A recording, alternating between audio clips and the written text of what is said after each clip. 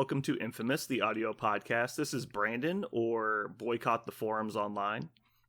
And this is Parker. I would go by Dr. Mantis Toboggan MD if I appreciated forums now. This is Jeremy. Hashtag Thanos forever. Thanos every list. Thanos drop in. Hashtag balance Thanos. If you're not taking Thanos, then you're wrong. Hashtag Jeremy's right. / you're wrong. All right, we'll talk about that a little bit more later. Okay. So some quick announcements. Jeremy hates Thanos. Moving on. Other announcements. We have Parker is down to 934 probationary episodes. But he's told me recently that he wants to start gambling. So we'll start betting some more of those episodes. Mm-hmm. We got to work it down to a manageable number, Parker. Yep, we're going to get there. You still owe Jeremy 11 pizza rolls, but I have some bad news. The Geekery has stopped carrying pizza rolls, so this is going to be way more of a hassle for you to pay back that debt. Mm-hmm. Well, all he has to do is say pizza rolls now, and I will drop it, whatever I'm doing. It doesn't matter if it's you should do it a full-grown Jeremy, dog. You should do it right at the end of the podcast that we have to go get pizza rolls and drive to your house. Yep. Oh, and I will, 1 in the morning. I only eat pizza rolls one at a time. Like, I'll be like, pizza rolls. Now you owe me 10. And you'll be like, what? Yeah. Yeah, take the rest of these away. I don't want them. I am stuffed. What would be best is if you let me give you a whole plate and then you turn and eat one very slowly by like maintaining eye contact the entire time, and then went, that is all. And then scrape the rest in the trash. You still owe me 10. All right. Parker's not allowed to say pineapple blade, antiquing, or asterisk. Mm-hmm. Parker, do you have anything for us today? Oh man, I got news. All All right, the podcast has vindication. We called it last week. The mystery silhouettes are in fact Supergiant and the Black Swan. So that's a little bit of news. Hold on a second, Jeremy. Can you refresh my memory? Did Parker predict Supergiant, or did he predict Moondragon? Because I was pretty sure he predicted Moondragon. Let me check the tape.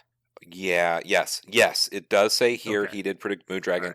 Right. You did say that it seems more likely to be the other one, but nice. I don't like it when you are correct. Okay. So Parker is still correct. That's completely fair. It's really nice of you to just cut in the middle of the news before I give you the credit you're due. Now we'll never know if I was going to thank you for your observation. Yeah, we won't, because guess what? Because guess you Brandon was right bullet point in the news segment. Yep.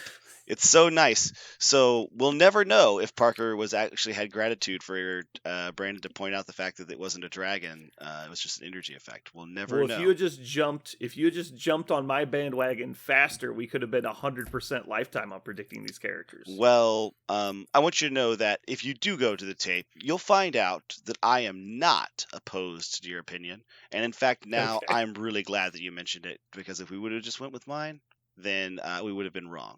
Because you did realize it was not a dragon, and I think you were correct.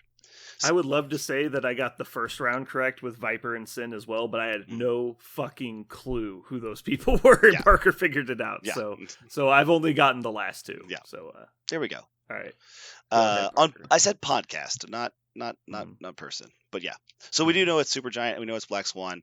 For those of you who missed a little part of the last podcast, Black Swan is a cosmic character. She originally followed Raboom Alal, who was Doctor Doom in disguise as a god, and he was using his death cult called the Black Swans. It was actually all of them were all female from random dimensions, and all of them had superpowers of some kind. So this Black Swan is just the one Black Swan that ends up getting embroiled with our Marvel universe. And she falls in with Thanos' crew, the Black Order, and now she's a member with them. Even now, in the current Marvel universe, in the comics, Thanos is gone and not really part of the Black Order anymore, but she still pals around with the remainder of the Black Order, sans Thanos. And Supergiant is a permanent member of the Black Order, like a founding member, I guess. Thanos collected her because she's a superpowered telepath. She doesn't read minds so well, but she does possess people, possess their minds. So she's really good at puppeteering people psychically. and she got vaporized by Lockjaw, and now she's just a collection of her own psyche in the comic books. It looks like they're going to give her flesh and bones in this game, though. But I'm guessing, based on the comics, Supergiant will likely have some sort of mind control. Definitely, maybe a very good version of that. Maybe it's cheap, maybe it's excellent, maybe an extra range, because that's like the only thing she does in the comics is mind I control. really hope that they give her a mind control that's usable multiple times per turn, so that way they can nerf it later. That would be great. That'd be fun. But just a quick question: like, does she call herself like Supergiant? Like, is that her name? Like, is it like a German word for something else? What is that? A supergiant is actually a name of like a star. It's like a celestial. Because it's name. Black Dwarf and Supergiant, Oh. so it's like star names. Yeah. So yeah, Black Dwarf and Supergiant are both names of stars. Proxima Midnight is also like Proxima Centauri, which is a star name. Midnight is dark. Corvus Glaive is just dumb. I think that's his actual name. Yeah. Like he's the only one of the actual Black Order that uses his real name, because he's like the leader of the Black Order. Functionally. But his Black Dwarf is actually his brother. I did not know this until a recent comic book I read. But it's actually printed on the box information, so I knew that when I read. Yeah, nice. Yeah, it's on the back of the Black Dwarf box I was reading. I was like, "What the fuck? These idiots are related." Yeah, in the recent comic book, Corvus Glaive is killed by the umpteenth time. Oh, that's the other thing that Corvus Glaive does in the comics is he always dies, because apparently as long as the glaive, his weapon survives, that they can resurrect him somehow with some cosmic magic. He's immortal as long as he has his glaive. Right. But he constantly gets it taken away from him and then murdered and then brought back to life somehow. It's kind of like a Lich's phylactery kind of situation. Yeah, but it's basically a plot device for a character that's not supposed to kill people. In the latest comic book, Rogue fucking murders him. It's pretty funny. I say funny, like from my perspective, but maybe not Rogue's or Corvus Glaive's. Black Swan in the comics is her. She has, kind of generic, ambiguous cosmic powers, extra endurance, nearly invulnerable to skin, extra strength. Obviously, her model, she's ripping apart a robot or something. But her only thing in the comic books is noteworthy is force field projection. She's really good at putting up very, very strong force fields that most Marvel characters have a hard time penetrating. So we could expect her to have some sort of force field a la Cable and Doctor Strange. Maybe she's protecting allies, more of a support character. I'm not sure, but she also has eyeball blasts for no particular reason. She's generic, generic cosmic girl. But yeah, sorry. Yeah, so she's like generic alien with superpowers that has, except also she has force fields. Yeah. Okay. So are her force fields like telekinetic, or are they like energy based? Energy based, because she does energy beams. Okay. Yeah. So she's kind of like Green Lantern and like Luke Cage mixed together. Kinda, yeah. Yeah, that's a good way to put it. Green Lantern and Luke Cage smushed together. But the force fields aren't very complicated. They're just like round. Mm-hmm. That is a really good analogy. So I would expect Black Swan will probably be I think Black Swan, if you're going straight from the comics, should be like a 4-pointer. Supergiant probably like a 3-pointer. That is what I'm expecting. I interrupted you. Yeah, go ahead, Jeremy. What I can imagine is she does force fields. They don't have it in the game yet with the 3-point dude that has a force field. Like you spend 2 and you give someone 2 armor, defense or whatever, and maybe a 5-point model on both sides. Like just your generic force fielder. I mean, that would be something, I suppose. Yeah, currently the only people that give it to other people are 5-pointers. So yeah, so it might be nice to have something like that. I was expecting the first character to have that, to be Invisible Woman, but I think she might be it. Yeah. So I don't think they're going to make any of the Fantastic Four 3-pointers. I think they'll be 4 points down the line. That'd be adorable, and I would not mind. Yeah. They're all pretty important. They're not... I mean, a 4-man 16-point team isn't ridiculous either. That's very affordable, because that's basically right in line with Spider Foes, but they could obviously have their own synergy and style and everything. Yeah. I bet Black Swan, if you go by the comics, she could be a 4-pointer, but I also agree that in this game, she's likely to be a 3-pointer to fill in that kind of slot. I wonder if Supergiant, they might even make her, I don't know if they will, but you could even make like a 2-pointer, because she really is in the comics. All she does is control people's minds. That's it. Like, she's in no other ways exceptional. She just is really good at possessing people's minds. They have her on a very elaborate base, Which I don't know. I mean, there's not a lot of very elaborate base people that are like 3-pointers that I recall. I guess Magic. Who knows? They could be almost anything. It looks like they're both on small bases. I could see Black Swan? Black Swan, right? I could see Black Swan being a 3-pointer, because the 4-point range for a melee character is always a precarious place to be. They could make her kind of like Black Panther, I guess, because he's got some really ingrained defensive abilities with his like vibranium armor and everything. So she could be something like that, which would be really interesting.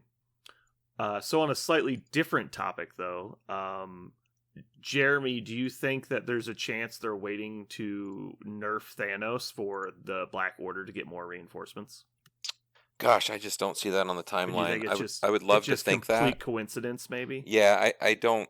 I think us learning about them means it's so far down the road that they had this created in this timeline. I don't think his nerf will be at the same time. That would be awesome if it was. Well, keep in mind there's nothing on the release schedule. There are literally 0 playable models on the release schedule, and we see these complete models here. Yeah. So it wouldn't surprise me if these are coming out in May. I think, like, I don't know. I don't know why they just don't do hot fixes for this crap. Once people like decide, there's no reason not to. Yeah. It feels like they're trying to do a lot of stuff all at once instead of doing like little changes every once in a while. Go ahead. Go ahead, Parker. Do we really think they won't? Didn't they already change like this guy's release? Didn't they already? Because they fixed Proxima Midnight and Corvus Glaive. Like, they actually edited them, made their shtick harder to do. So Thanos came out at the same time, right? Why would we expect there to be a Thanos nerf? And they also nerfed the Time Stone. So I think they wanted to wait and see if the changes to the stone selection process did anything. Okay, how about this? What if I told you I knew when these models were being released? I would say I want to know that. Would you say it's newsworthy? Yeah. They come in a box set. The box set is going to be normal retail price for 2 figures, so it's going to be $40. It's box set CP81, Black Swan and Supergiant. They're both on small bases. And the box set is releasing on June 10th.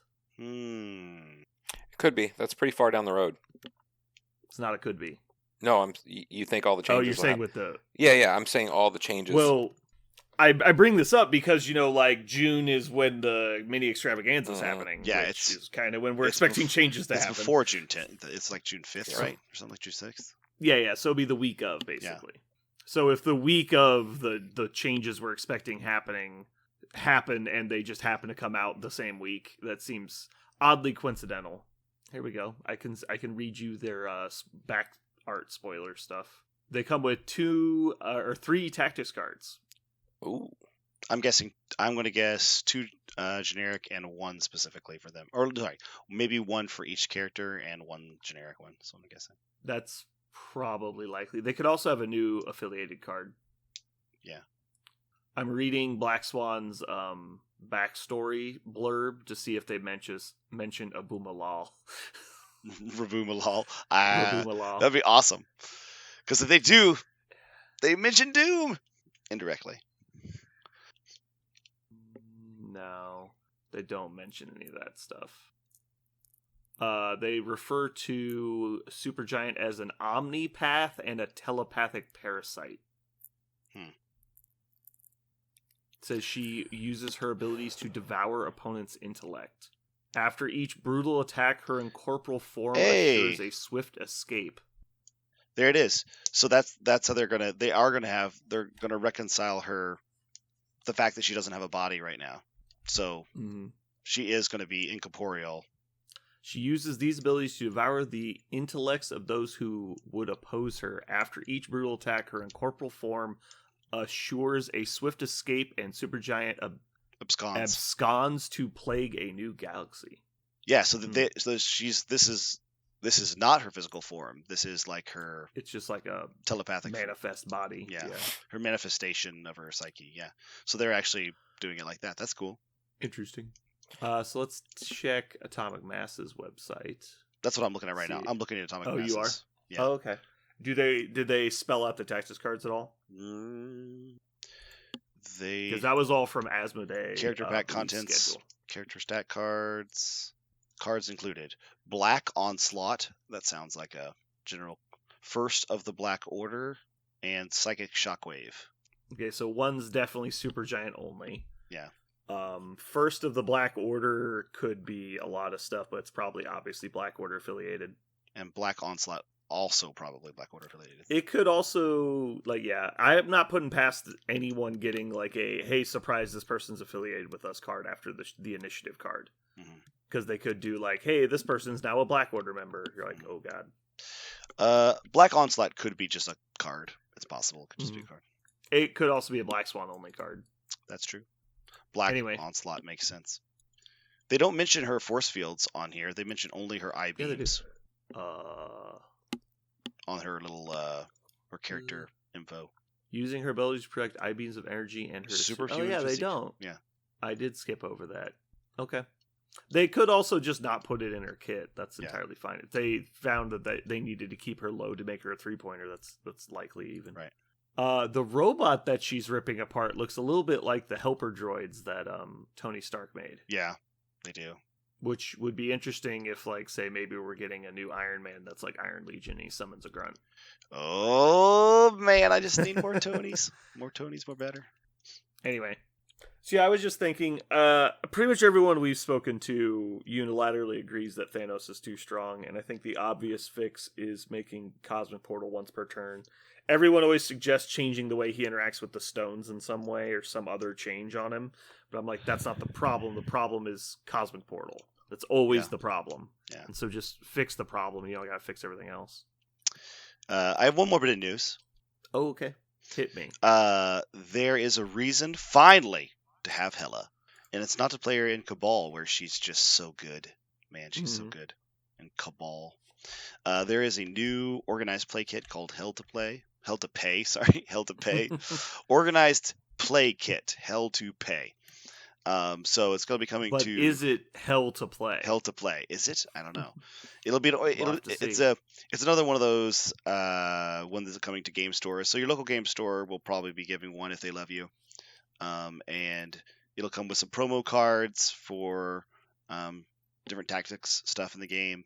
It comes with a special Hela character card that does cool things if you play with her during this mission, or maybe she's a bad guy that you both play against cooperatively. It's really hard. My resolution for my picture. Yeah, the picture they posted has very zoomed out pictures of the cards. Yeah, but I can tell you that generally when they do the ultimate encounter card like this, that's the crisis player or the threat player, and the crisis players are fighting against them generally. So I would expect this to be a 2 versus 1 type scenario. Right. Looks like also she summoned some grunts, but it doesn't say. Looks like they're just going to be on tokens, though. Yeah, you can see a bit of their tokens picking up behind the box. Yeah. So but she has a grunt mechanic. There's also a Bifrost location tracker, so she's like jumping around the Bifrost somewhere. Right, or maybe or she's trying to activate the Bifrost. Either one. Right, trying to track it down or grab it. But so yep, a reason if you got some cool painted Hellas, you can play them because you may not be playing them very often. But you can bring him on that day.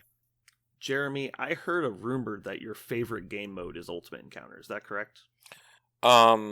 Wait, did you say favorite? Yeah, favorite. Least favorite. I don't care to be trounced every goddamn time. You're just jealous of my immaculate ability to play Magneto into you. Yeah, you were excellent at that. Excellent wielding the power of the sun in the palm of your hand. Shockwave. Yeah. Shockwave. Yeah. God. My single favorite moment of maybe any game I've played is when somebody lethal protectored and put 5 guys in a perfectly straight line in front of Magneto. I'm like, wait a second. That's where you want to place him? He's like, yeah. I was like, oh, God. Shockwave. That's when I said my most quoted meme of all time. Yeah. Will you please just try? Could you just try, please? You were so mean. I was so mad. Could you please? Can you try, please? That's not actually when you said it. It was before that actually happened. You said it when it was several beers. Yeah, in. It was several beers in. We were all having a pretty fun time, except for Jeremy, who was just pissed. I look over and I go, he's like, "This mission is so bullshit." And I look over and I go, "Did you use that character?" And he goes, "Yeah, nothing happened." Yeah, and I go, "Will you please try?" Other Brandon was playing, and other Brandon had only played like 3 real games. Like he was still kind of learning the mechanics, and they were playing, and other Brandon's like, "Okay, well, I'll take out this metallic construct that we don't have to worry about it." And Jeremy goes, "Good, do that." And so he activates Scarlet Witch, who is point blank on top of this thing, and she like double cruel twists it basically and does 0 damage.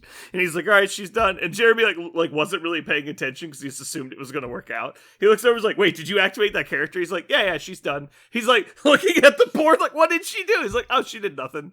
He's like, "Could you just try, please? Just try." So funny. And he's like, "Okay." Like, he was super chill about it. Huh. Jeremy, that was so mean. Yep. I have my moments. Anyway, it was a great time. So, Jeremy's going to be very excited to play this mission. I will. Mm-hmm. Stack them up, man. I'm there. I don't know if you heard, but someone's trying to organize a trip to drive down to Wichita on Sunday to play Ultimate Encounters. This Sunday? Oh, Jesus, no. Go ahead. Have fun. All right, moving on. Currently playing, according to Parker, I am back, baby. Yeah, you're back. But I'm still not playing games. Yeah. Like, so this is not correct. I'm not back. But you're not on what is it? Suggested hiatus due to renovation. Suggested hiatus. What is suggested about it? I don't know. It's suggested that you not play any games, instead just commit yourself to only building more space to play games. I mean, it was never suggested. It's just what's happening. Well, no, I feel a suggestion. I want to get this over with. Are you just try? Are you? Is it? You said you're more or less done with that. Are you? Or is it? I mean, are you ever really done remodeling your house? Right. Like, no, you're not. But like, there's always like, oh, we forgot to paint this little nook, or oh, we forgot to like, adjust this thing. And like, so yeah, there's constantly little things we're finding that need to get done.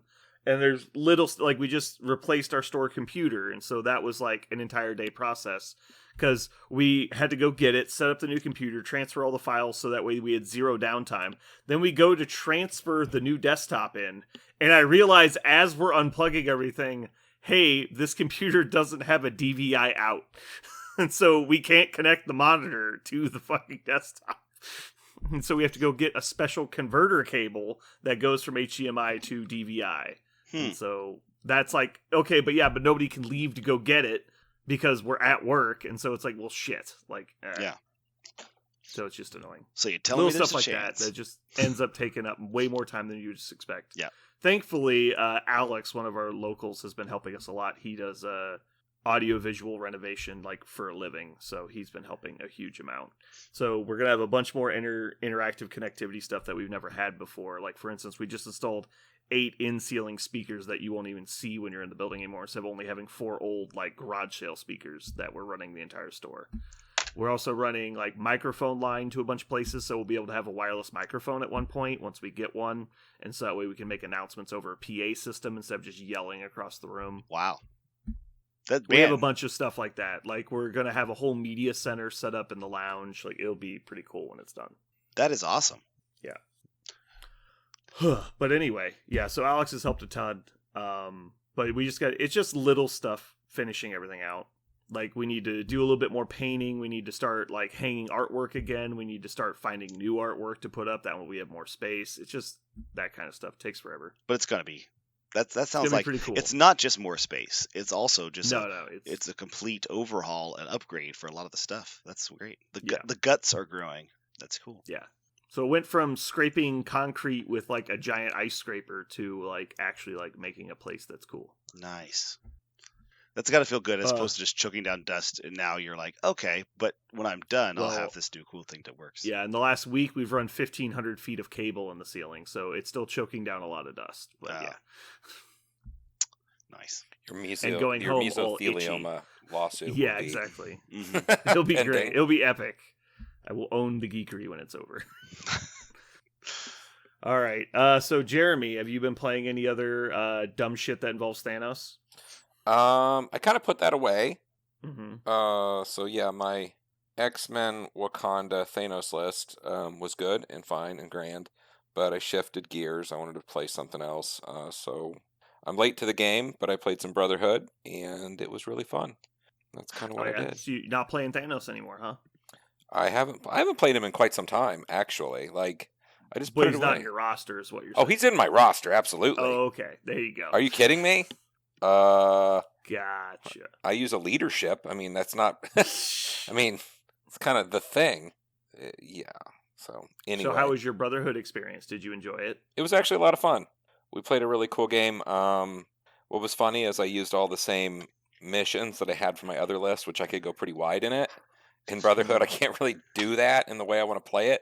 So I just threw them down, and I got spread way out. So the challenge was an interesting one, and it was a lot of fun. I mean, because of Asteroid M, it really doesn't matter. You can kind of go where you need to go when you need to do it. So I made a game of it, killed a bunch of shit. Last game I played, we went to, I think, 5, and it was like a 17-18. He got me on the last thing, but it was fun. It did some killing. It was cool. Finally got to play Juggernaut. I've seen him in action against me probably 20, 30 games, but finally getting to use him was cool. Cool. I'm good. Parker? So, you got any new lists or new games? Yep. I decided to take my thumb out of my ass and play something that I've been promising on the podcast for a long time, and that's Shadowlands Daredevil. And I took all the lessons I learned from the Bucket of Bullets list out of Cabal, and I turned it into a criminal list, and it is extremely efficient is the word. It's just very, very efficient. It feels very trim and slender like a greyhound, and it rushes to attrition really fast. I only got to play one game with it so far, but I tabled my opponent, and I think I tabled them on turn 4 or 5. Yeah. It was really fast. And my favorite part of the game is that he had a Hulk, and he went to kill Shadowland Daredevil with Hulk, and he did 2 damage, because as it turns out, Hulk versus Shadowlands Daredevil he just doesn't take damage very easily. And he goes, I'll kill your leader with Hulk, and here I go. Rolls his big fist. I block 3. He goes, okay, take 1. All right, throw my thing at him. I go, I dodged 3. Okay, take none. I guess another swing. Block it. And it goes, huh. And then Shadowlands Daredevil then ate 2 of his other characters. So it was really nice. The list that I played was 19 points, and I'll tell you what it is, so you're not trying to picture it. Shadowlands Daredevil, Hood, Sin, Crossbones, Winter Soldier, Punisher. And that's criminals at 19 points. And man, it just feels really efficient. Like I said, really efficient and trim. Everything does what you wanted to do. I got to do turn 2 all according to plan. Because as it turns out, it's not hard to do. Because on turn 2, because I have so many characters, it's really hard for Hood and Sin not to have 4 power at the start of turn 2. And so we also were playing Struggle for the Cube. And so at the start of turn 2, I did all according to plan. Hood went first, played Hood's gang, and then did follow me on Sin. And then Sin also activated Crossbones. So I activated 3 characters, stole the priority to activate 3 characters on top of 2, and KO'd Luke Cage and downed Valkyrie.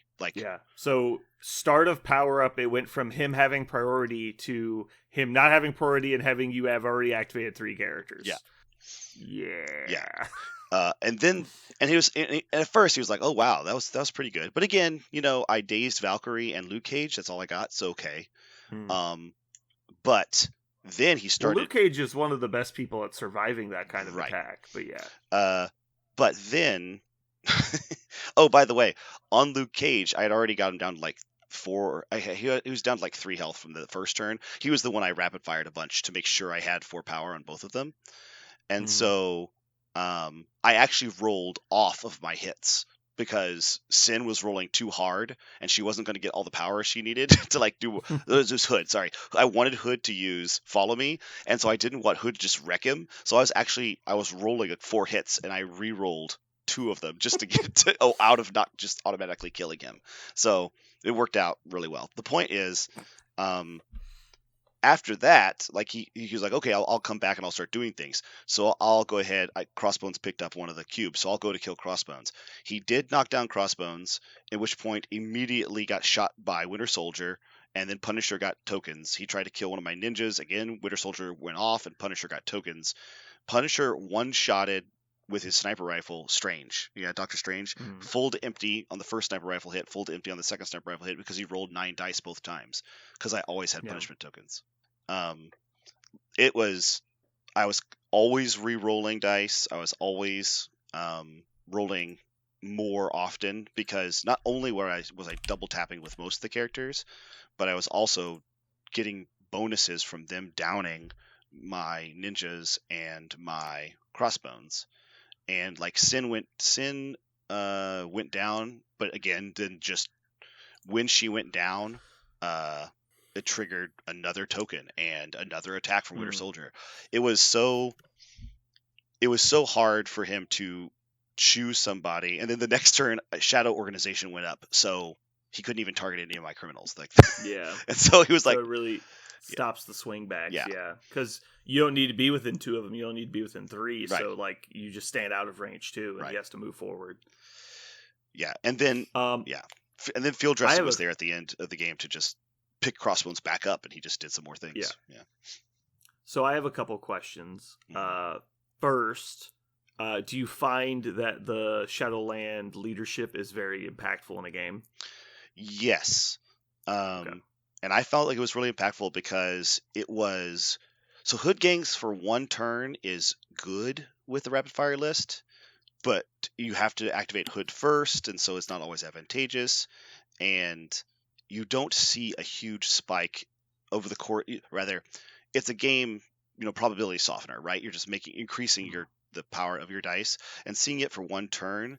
Did it feel like it was worth a tactic slot every game? Maybe not. There were games where I played Hood's Gang and I only rolled into 2 hits over the course of the whole turn. So Hood's Gang got me 2 damage. But with Shadowlands Daredevil, I was constantly rolling like a wild 2 hits and a skull. Oh, but there's a skull. Oh, there's into a wild. Like, it was happening a lot. And even if you start off with the role you explained, like 3 hits and a skull, you use a Shadowland reroll to reroll the skull, and then as long as she doesn't come a skull again, and it's still not a hit, then you can use the Hood Gang reroll. Yeah. Yeah. So that's good. It was very fair. Do you find that you catch people contesting extract tokens very often? That was actually the thing. We were talking about it after the game, is that what he needed to do was just stay far, far away from every token in the game. Yeah. That would have helped him. It would have saved him a lot of health over the course of it, because he was playing defenders, so he had. Well, but part of the problem is like you're going to lose on scenario if you don't pick up the objectives. Right. I have so many guys, and I have one of them is the ninja. So I was constantly like Crossbones and the ninja were picking it up every time. Like every time there was an extract, they just pick it up. And he's like, okay, I guess I'll try to kill Crossbones and the ninja. but then everything was happening. Like he wasn't able to focus on my guys, and when he did pick up extracts, all of my guys just turned on so much harder. Yeah, it was. So go ahead. Next question: have you considered at all playing chimichangas with Deadpool to get more objective tokens into the game? I actually have considered chimichanga. Deadpool was one of on the short list because he's got rapid fire, he's got the stuff. He's got chimichangas, and he himself, I think I would like. He was another kind of character that I can just push forward, kind of like Crossbones. Just push forward, and he'll do a bunch of stuff.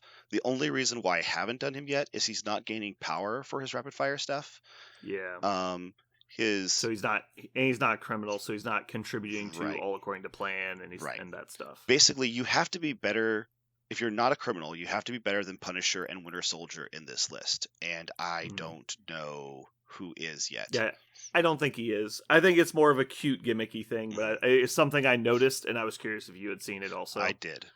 The only other 3-point character that's not a criminal that I have in the full roster is Baron Zemo, because I feel like he's another one of those guys that would love to reroll skulls all the time on offense, and he's passively doing a lot, so you feel like you need to get him, but then all of the other stuff's going off. I do not know when he replaces Punisher. Maybe there's a certain situation like Research Station might be one, because he moves around a lot more than well, I guess Punisher. That's the thing. Punisher and Winter Soldier were always moving with their effects. It was super nice.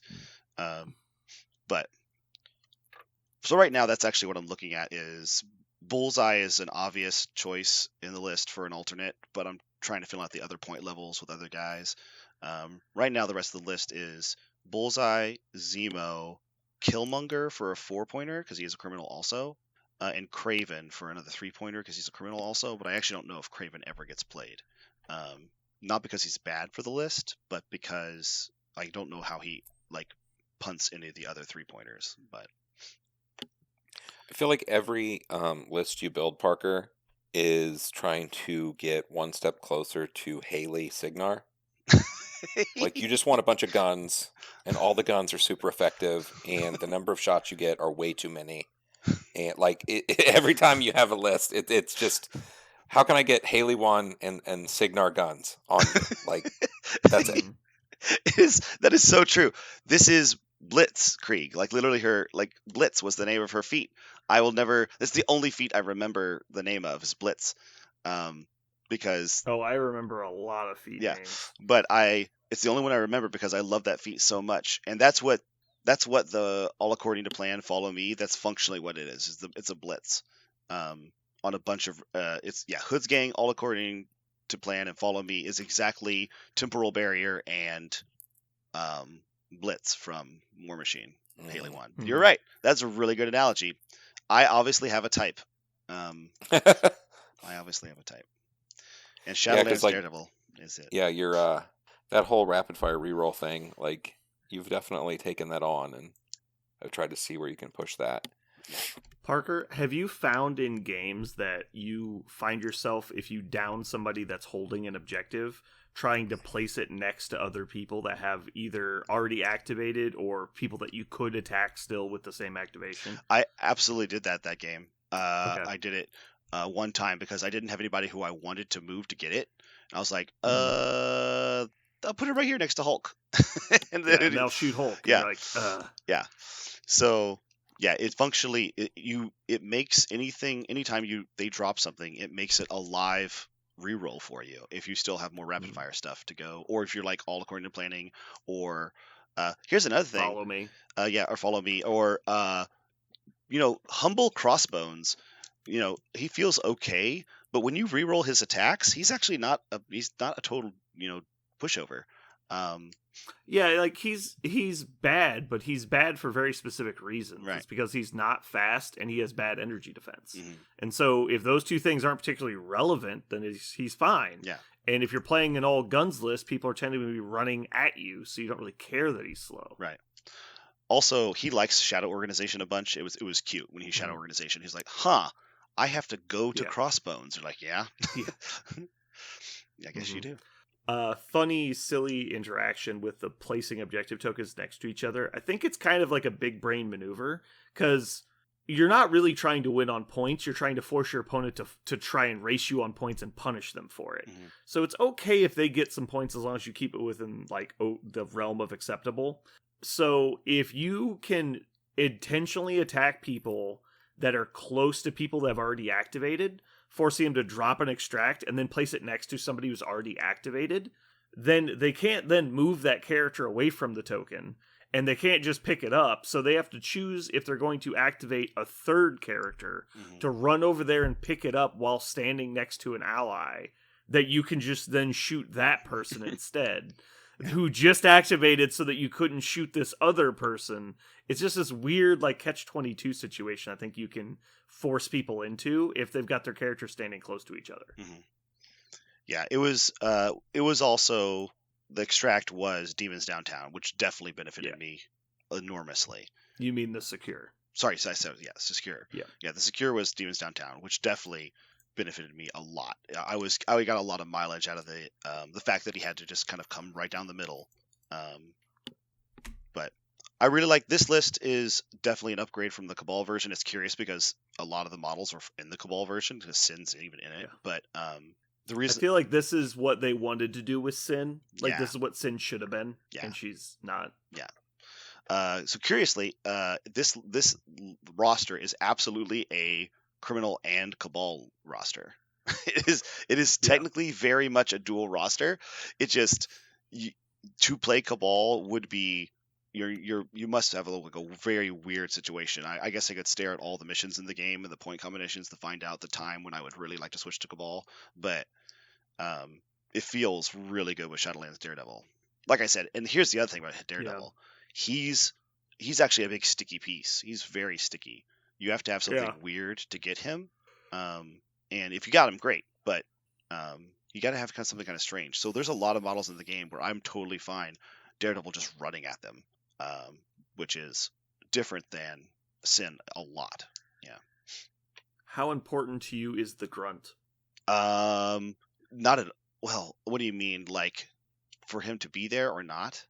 Or like do you find that he's impactful in your games? Like not specifically with the list, but just in general. Yes, I think he's a very big deal for this list because I purposely put in Winter Soldier and Punisher to no pun intended, punish people who are trying to go after the grunt because he's easy, and Daredevil just brings him right back with a basic attack, right? And the ninja immediately attacks. So you're at worst, if you kill the ninja, at absolute worst case scenario, I'm losing one attack off the ninja if you kill him. That's the only thing that's happening. Because when the extract pops out, then it's probably worse for you because then Shadowlands Daredevil is getting to trigger his leadership for rerolls. Punisher's getting a token, and Winter Soldier attacks you immediately. It is. But if you leave the ninja on the board, then he has free reign to do a lot of shit, and he's not nice to have around because he's also rolling 4 dice, and he's re-rolling 2 dice if Hood's gang is up. So it's not like you're excited that the ninja's there too. And he almost always has an extract, right? Because he's one of the models that I'm counting on to go get it. Yeah, you can't just let him sit there and beat on you, especially with the leadership running, because he's going to probably actually threaten dazing a lot of characters. Right. So he's either helping Daredevil and doing a lot of damage, or he's almost, like I said, he almost always has an extract because he picks it up for free. So and he's a huge base. So I was glad to lose one action for him to, very far away grab an extract that just got dropped. It felt, like I said, the whole thing felt super efficient, very trim attrition list. I'll be interested to see what happens going up against a control list or somebody with a lot of DR, or I think X-Men might be interesting because they have all the cover. I'll be interested to see like how those things stack up against it. Somebody who's better able to weather the storm of bullets or can move my guys away because the list doesn't have a lot of mobility. It has some, but not a lot. So but I'll be interested to see how well it does because I played against Defenders, which was very much, it was Doctor Strange, Hulk, Valkyrie, Luke Cage, which kind of felt like a fair list, right? It was a fair. Wong, he also played Wong. It felt pretty fair. Like, here, come at me. I'm going to play with a bunch of guys that are good. And against the fair list, it was a rout. Alrighty. Well, that's going to take us into our main topic today. We're going to be doing a little over and under. This is a recurring topic we've done before. Basically, we will go through whatever the material is for that particular session, and we'll each pick our favorite thing that we think is at the top of the charts and at the bottom.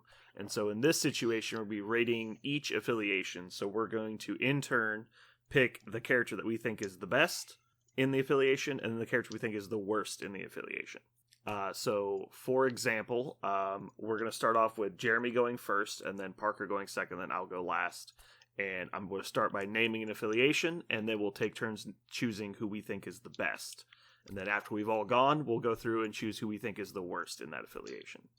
One point of clarity. I was just curious. Yep. is it in that affiliation, right? You're playing this specifically in that affiliated characters. Okay. Yeah. You're not. Or else you would just be the entire game. Right. Got it. So we're going to be starting off in alphabetical order with A-Force. So, Jeremy, who do you think is the best character in A-Force? I mean, is She-Hulk a trick question? No, I assume we're all going to pick She-Hulk. Okay. All right, so Parker, what's your choice? I was actually going to say Black Cat because Interesting. Because I think, if she, I'm not saying that She-Hulk's not amazing. Yeah. But if Black Cat's being played in A-Force, the fact that I have to be so scared of her, always having the power to do her thing, man, it gives me a new problem to stare at. I always have to scratch my head. It almost makes me feel like I gotta have Marked for Death. I see Black Cat in A-Force. I better have Marked for Death, right? So it's that kind of thing where I feel like I can't just rely on me killing her. I've got to have an anti-Black Cat card. So Black Cat. Yeah. Okay. I'm going to go with She-Hulk just because She-Hulk's always amazing. I think Black Cat does have more limited effectiveness in some scenarios, and I just don't like things that are scenario dependent. But yeah, I think the obvious honorable mentions here are Black Cat and Shuri. Yeah. I actually thought that Jeremy was going to pick Domino because I know he loves him some Domino, but yeah, no, She-Hulk's not just for like best. She-Hulk is a game-changing model every time she hits the board. The game revolves around her and how well your opponent's able to deal with her. Can I give let me give a special mention real quick though, instead of She-Hulk, because I'll give She-Hulk to you. And this would be. It's okay if we pick the same character. Well, I think it's important in that sometimes models in the affiliation are big and important and probably the best. And I think Captain Marvel in A-Force is one of their best models, doing one of the best things. Captain Marvel's ridiculous in A-Force. Okay. Yeah. Strong disagree, but okay. Okay. No, you're good. All right, so now I think we might be unanimous here. Who is the worst character in A-Force? Jeremy? I'm looking. It's incredibly obvious. Really, it's very obvious. It's very obvious. Gamora? Nope. No. No? She's not. It's not Gamora, although Gamora is quite bad. She's actually not the worst. You know what? Gamora might be the worst now that I think about it, but I know there's an argument to play Gamora. There's no argument to play So go ahead. Yeah. I really don't know. Parker? Angela.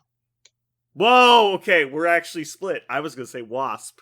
Oh, no, I think there's actually one reason to play Wasp, which is What's the reason you want a Wasp? Because you want a 3-pointer that can move drop off She-Hulk, and you're not playing Crystal for some reason. Crystal is better. Okay, so the answer is Crystal. Is in that situation you play Crystal. Yeah. So okay, so it's Wasp. I actually think it's Angela for the same. Okay. I actually thought it was Angela for the same reason that you think it's Wasp, which is if you're playing a 5-point character in A-Force, you're playing Scarlet Witch. So I don't know why you're playing Angela. That's why I don't think there's an argument for Crystal to be played, but wow, I'm surprised we're so split on this. This is crazy to me. I think Wasp has no value to the game because she has one defining ability, and it's that her builder doesn't give power on damage. That's the only thing she does over somebody else, which is at least a unique ability for the most part on a builder attack. I think that Angela at least has the fact that she's a speed longer on a medium base, and she has a cheap throw. Like, she has things she does, but I'm not a fan of her. I think she's a bad model, but I don't think she's the worst model in A-Force. No, we're talking about being in A-Force, and that's what I meant. Like, yeah, I know. That's what I'm saying. Okay. I think that both Wasp and Gamora are worse than Angela. Oh, really? I do not think so. Yeah. What do you think? Well, Jeremy, what are you going to say? I think in A-Force, Angela's strong in that she can do a really far drop off. She has a live throw on turn 1, which is crazy good. Yeah. So she has utility, whereas Gamora Angela can is at garbage. least, Gamora's just bad. I'm like, guys. But Wasp is bad and in a competitive point slot. That's true. Like, how? Look at the 3-pointers in her own affiliation. Yeah. Like, there's no way she sees the table. I'd buy Wasp. I don't buy Gamora, but I'd buy Wasp. Before Crystal, I could see people playing Wasp just to be cute. There's no cuteness anymore. It's just bad. Okay. But anyway, all right. I was surprised we were so different on this. So we'll keep going though. So we're gonna move into Asgard next. This is gonna be fun. This is gonna be interesting. I feel like. Yeah. I love the fact that I hate on a lot of these characters so much, and I'm not picking them as the worst characters. Yeah. I would like to retcon my previous. I want to switch to Gamora. I rail on her enough that I feel like I need to at least own it and say Gamora is the worst character in A-Force. Yeah. I don't think she is. But... taking Gamora is definitely a bigger mistake than taking Wasp just because she costs 4 points. Yeah. That's why I took Angela, because she costs 5 points. That was my but thought. she's the only 4-pointer that's like melee based. I don't know. Yeah. I guess you could make an argument that you could take Gamora in A-Force and she wouldn't be absolute trash. All right, so Jeremy, we're on to Asgard now. Who is the best character in Asgard? This should be unanimous. Do we need to go with Parker first? You're never ready. I'm staring at two of them. Valkyrie. I think Valkyrie is the best. Parker, would you like to correct him? I think it's Enchantress. Still. Oh my god! I think it's Enchantress still. This is so telling, though. I was going to say Loki. The only reason why I said Loki is if you count Mind Stone, then it is Loki. I was thinking just Loki. Yeah, it's the character. Okay. He's allowed to take Mind Stone as part of his character. Okay, then if you're saying with Mind Stone, it's Loki. I think 5-point Loki. Yeah, 5-point Loki. Okay, sure. Okay, so we had 3 different answers in a 6-character affiliation. This is interesting. No, this is really telling, because I thought that these would almost be unanimous down the line, because we talk about this stuff a lot and we don't really disagree about it. So I really like this, that we're coming up with different answers. So now, who's the worst character in Asgard? Hela. Done. Hela. Ship it. Yeah. Hela not close. Hela's the worst. Yeah, ship it. And Angela is bad, so that says a lot. It stinks. All right, that she's the worst. Now, all right, so I'm glad we at least had one unanimous. That's really weird that you guys were like Angela. I thought about saying Enchantress was the worst. She's not. She's not. She's definitely better than Hela and fucking Angela. Yeah. Anyway, moving on. We're going to Avengers next. This is gonna be hard. Jesus. There's Okay. So many. Yeah. Let's get it. I'll start reading. 24 hours later, I got my answer. Yeah. So Jeremy, who is the best character in Avengers? Best character in Avengers. In a vacuum, in Avengers. Mm-hmm. In a vacuum. Iron Man. Just baby Iron Man. Oof. That motherfucker is rude. The new version of Iron Man is crazy. And he's got an amazing card, and he gets benefits. My screen is really pixelated. Who's underneath Agent Widow? I almost got him. He thought. I said it. In my mind. I swallowed it. In my mind, I said swallowed it down. All right. Parker, do you have an opinion?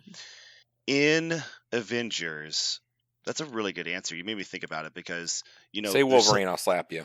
No, it's not Wolverine. There's 3 different. There's 3 different. The screen. The thing is, unlike the other 2 ones we did, A-Force and Asgard, there's 3 different leaders, and who's really good with all 3 leaders? It's actually Iron Man. Like he is actually. So I think I have to agree because if you want to talk about Avengers, I love my efficiency with leaderships. I don't even think Iron Man is the best 3-point character in Avengers. But he's Avengers, good. He's really good. In Avengers. Okay, well, you guys had your say. Yeah. I'm saying Dr. Voodoo. Dr. Voodoo is the best character in Avengers. That's the hair. That's the... He does everything. No, I understand that, and I refuse to even acknowledge that model anymore. So you're just saying if we're assuming Doc Voodoo's getting nerfed, then it's Iron Man. I don't give a fuck about was Dr. your Voodoo. opinion? I don't even talk about him. He is strong in Hulkbuster. Is he great in Sam, though? He's okay, yes. I guess. Voodoo's always good. Voodoo is literally I think Voodoo might be the best character in the game in a vacuum. He affects the game more than any other character affects the game, except for maybe Thanos. And Thanos costs double his points. Okay. I buy that, but I still like Iron Man as an answer better. But okay. I like Iron Man as a good character. He's very efficient. He's very good. But without his Tactics card and without the leadership, he's just okay. Right. I think Luke Cage is better. Yeah. But they're very close. Luke Cage was actually on my short list as well. I thought my first answer was Luke, but the only reason why honestly, I didn't do him is I don't know if you love Luke in Steve Avengers. You can. Hulk and Buster are both very good as well. Like you could pick a lot of these characters as best character affiliation. Yeah, I think so now we're gonna go. Every Avengers list is benefiting from having Iron Man in it. I think your list becomes better. So now, worst character in Avengers. And this is actually hard. There's a lot of very good characters in Avengers. There's Whew. one that's obviously bad. Whew. And Parker knows which character this is. I think I know which one you're gonna say because nothing does anything for him. It's not even close, right? I mean, Like every character on this list has value they add to the affiliation, except for one. is this Wasp gets another grand prize? Wasp gets another. I mean, No, she while actually you were in has the something. bathroom. She has something in Oh, yeah? Hulkbuster and Sam. I think she's got like. No, she doesn't. No, she doesn't. She has a. Don't get the fuck out. he's in a turd She's polishing not the worst. contest. It's not Wasp. It's not Wasp. Wasp is. How not. is it not Wasp? Okay, who is it? Iron Fist? It's not Iron Fist. Iron Iron Fist- Fist actually has value now more than he has ever had before. Why does he can activate Voodoo and Thanos? That's the only thing he does. Yeah, but how is he going to do that in Avengers? I guess because he hangs out with Steve the whole time. I guess. No, you hang out with Sam. But he's just going to. He's get actually not gacked. terrible in Sam. I feel like he's just going to get killed in Sam. Probably, but the reason he's good into Black Order is because Thanos has to deal with him every turn, and so you get the 2 turns of Thanos is dealing with Iron Fist to actually play the game because he can't let Iron Fist actually do anything. And he can use Heroes for Hire, for Christ's sake. I mean, that card in itself. He is can amazing. also use Heroes for Hire, which is not trash. No, Wasp is just bad. What does she do? She does nothing. She adds 0 value. I think. How many times have you put Iron Fist in a list, Parker? Only once. Okay. Play him a bunch. He isn't that bad. Like, Oh, He's no. a reasonably I decent don't- 3-point character. I don't think he's just in a vacuum. Yeah, I don't think he's Yeah. that bad. I just don't. But- I just didn't see. the I don't problem, see though, ever is- putting him in Avengers list. That's why I put Sure. him there. But you're never putting a Wasp in an Avengers list. Not seriously. Like, you could do it just to say I did it, but you're not doing anything. if you're doing What a does go she wide, do? a go wide If you're Sam playing list, a you're playing him. Transformer, it's not Wasp. Right. It's Ant-Man. Or And then Marvel and then she Marvel. so Wasp has Miss to Marvel. Miss Marvel. So Yeah. characters she has to beat out is Beast, Ant-Man, Agent Widow, Sam, Deadpool, Hawkeye, Iron Fist, Iron Man, Luke Cage, Miss Marvel, Quicksilver, and War Machine. She just has to beat out those people for the 3-point slot. Yeah. Definitely adding value here. This character is terrible. If you were going to ask me to play a Hulkbuster or a Sam list and reach for a 3-pointer, and you told me I had to either pick Iron Fist or Wasp, I think I picked Wasp. But I don't. maybe I'm wrong. But you still haven't answered my question. What value does she add to your list, other than being a 3-point model? She moves long. She flies. She transforms. She'll be stealth some of the time. None of those things add She value. can- she can throw terrain. The She speed can- long does. She can throw terrain. Like she does not. What? She throws terrain. She has a throw. Okay, whatever. I'm not gonna argue with this anymore. She does extra. I think She she's- does extra. She does. This is She does more damage than is printed on her attack values, like because she throws terrain. I mean, Okay. I think she's. I feel like that was a diversity pick, Parker. Are you just trying Oh, to yeah. get more females on your team? I am not putting Wasp in any team. We're talking about who's the bottom of the barrel, and I think in Avengers, Iron Fist is the bottom of the barrel. That's my personal opinion. I think Wasp is absolutely terrible. You're never gonna really have 3 power on her anyway. Like, it's gonna be so hard for actually throw shit because you're transforming. I don't know. I just don't see it. How many times have you put Wasp on the table? I've had her in lists. I've never put her on the table. 7 times. Okay. But Each that I time could say better that than if the you want next. to ask me that, like for that, if that's the only qualifier, then most of the Avengers cannot be good because No, I'm just saying, I like, haven't put all of them. like I think you're seeing something there, because I put Wasp on the table once and twice, and she was absolutely awful both times. Okay. And like the things that you think she does on her card are not nearly as good as you think. And then Ant-Man was the opposite. Right. Ant-Man is so much better than his card looks. Okay. But anyway, it's your pick. You can pick whatever you want. We're gonna move on. Yep. Next up is Black Order. This should be very quick. Jeremy. Black Dwarf. Okay. Wait, I mean Thanos. Nope. I made a mistake. Nope. You said Black Dwarf. It's locked in forever now. Parker. It's Thanos. It's Thanos. All right. Who's the worst? Now we get to actually like point stuff. Is it still Ebony Maw? It's Ebony Maw. No. Not because he's actually bad, but because you can't play him in Black Order. You feel it. I think that's actually true. Is that he doesn't fit any point values for Black Order still. Although the Space Stone being 1 point now is much more reasonable than it used to be. Which is really his problem when I played him, is he couldn't get into position. When him making 1 attack a turn is not an acceptable amount of attacks. He can wreck face right now, like really hard. Yeah, I feel bad making this call, but I'm going to say Ebony Maw, just because I've played a lot of Black Dwarf, and I like Black Dwarf, and Ebony Maw's still a question mark, and it's not really fair that I haven't given him a chance, and I'm going to say he's the worst. I think Ebony's one of those characters that doesn't have a fit in his faction right now. He needs to be played in some other faction. The list is obvious. It is Corvus Glaive, Proxima Midnight, and Thanos, and then Black Dwarf fits like a plug and play in a lot of random lists, but he's not really great. He's just good. So I'm saying Ebony Maw. Jeremy, what's your call? I'm going Black Dwarf. Parker? Ebony Maw. Okay. Moving on. Next, we've got Brotherhood of Mutants. Best in faction? Rogue. I hate you. I hate you so much. Parker? I'm going to say... I'm actually going to say Juggernaut. Oh my god. I'm going to fucking strangle all of you people.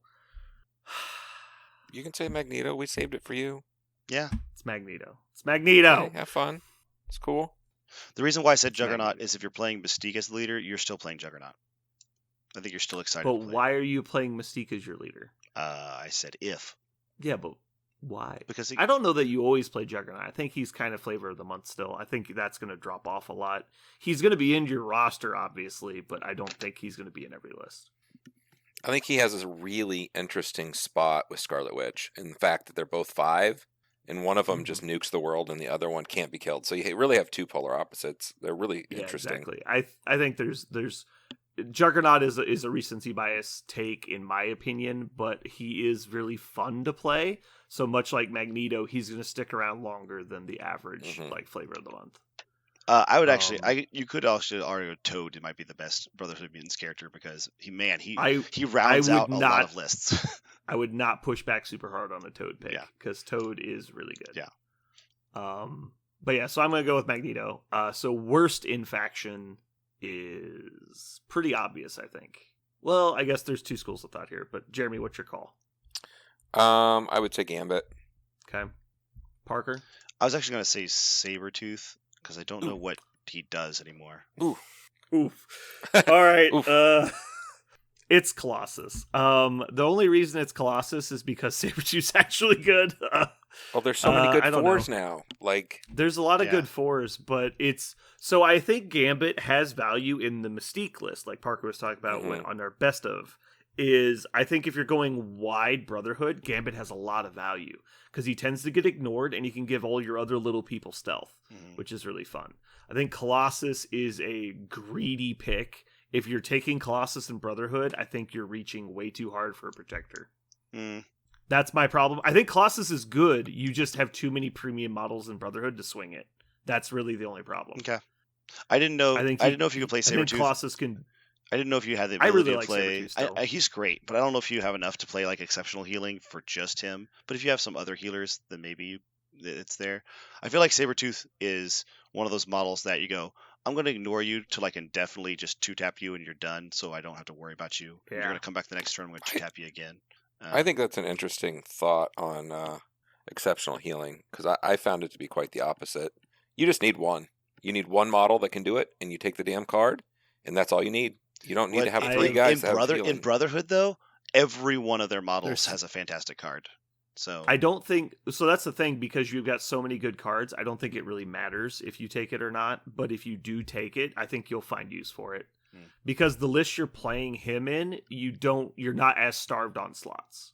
But yeah, I just played a Brotherhood list that had 7 character only cards, and I made it work. So I think it's doable. Okay. I will say that the group think is Sabretooth isn't that great. Like, that's what most people say. But yeah, I think that's wrong. I think it's a lot of the Loki conundrum, where it's like you're playing with Loki and you're like, I don't know if this guy's that good, and your opponent is just like, please, for the love of God, stop playing Loki. I really want you to stop. Like, I do not want to play against this anymore. Like, it's like there's people that just like Aaron, for example, like he just surrenders against Venom. He's like, I will just never attack Venom. It will never happen. You will just get to do whatever you want with Venom, and I'll just ignore him completely. Like, and Sabretooth is just a worst Venom, so... Moving on. Cabal. This is going to be interesting. So, Jeremy, who is the best in Cabal? Don't forget they added Cassandra Nova. Oh, that's true. They did it a long time ago. Best Cabal is still held by, I feel like, MODOK. Okay. Parker? Best Cabal model. Is it?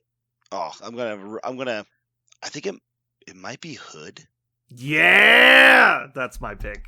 Hood is fucking crazy. I think it might be Hood, because Hood's gang is dumb, and giving him extra power off of Red Skull or in Sin, where you're making him disruptive when he transforms, like, man, just giving Hood that much power is so mean because he's healing everybody.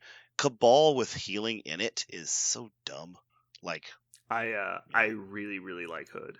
He's a strong pick. So who do you think is the worst, Jeremy? This should be unanimous. Oh, you keep saying that. What does that mean? This should be unanimous. Every one of us agreed if we dropped our model off of a boat into a never lake, mind. we wouldn't Forgot be her. mad. Well, Yeah, you got to the bottom of the list, did you? It's Viper, Jeremy? obviously. Viper. All right, moving on. You say that. Oh, I got to the end of the list. Yeah. All right, Convocation. Jeremy, who is best? Sorcerer Supreme. Ooh. It's very good. Parker. I think there's really only one other choice. I think it's Voodoo. Yeah, I think it's Voodoo as well. I think you can possibly win games without Doc. Or without Strange, I guess. I don't think you can win games with Convocation without Voodoo. I literally don't think it's possible.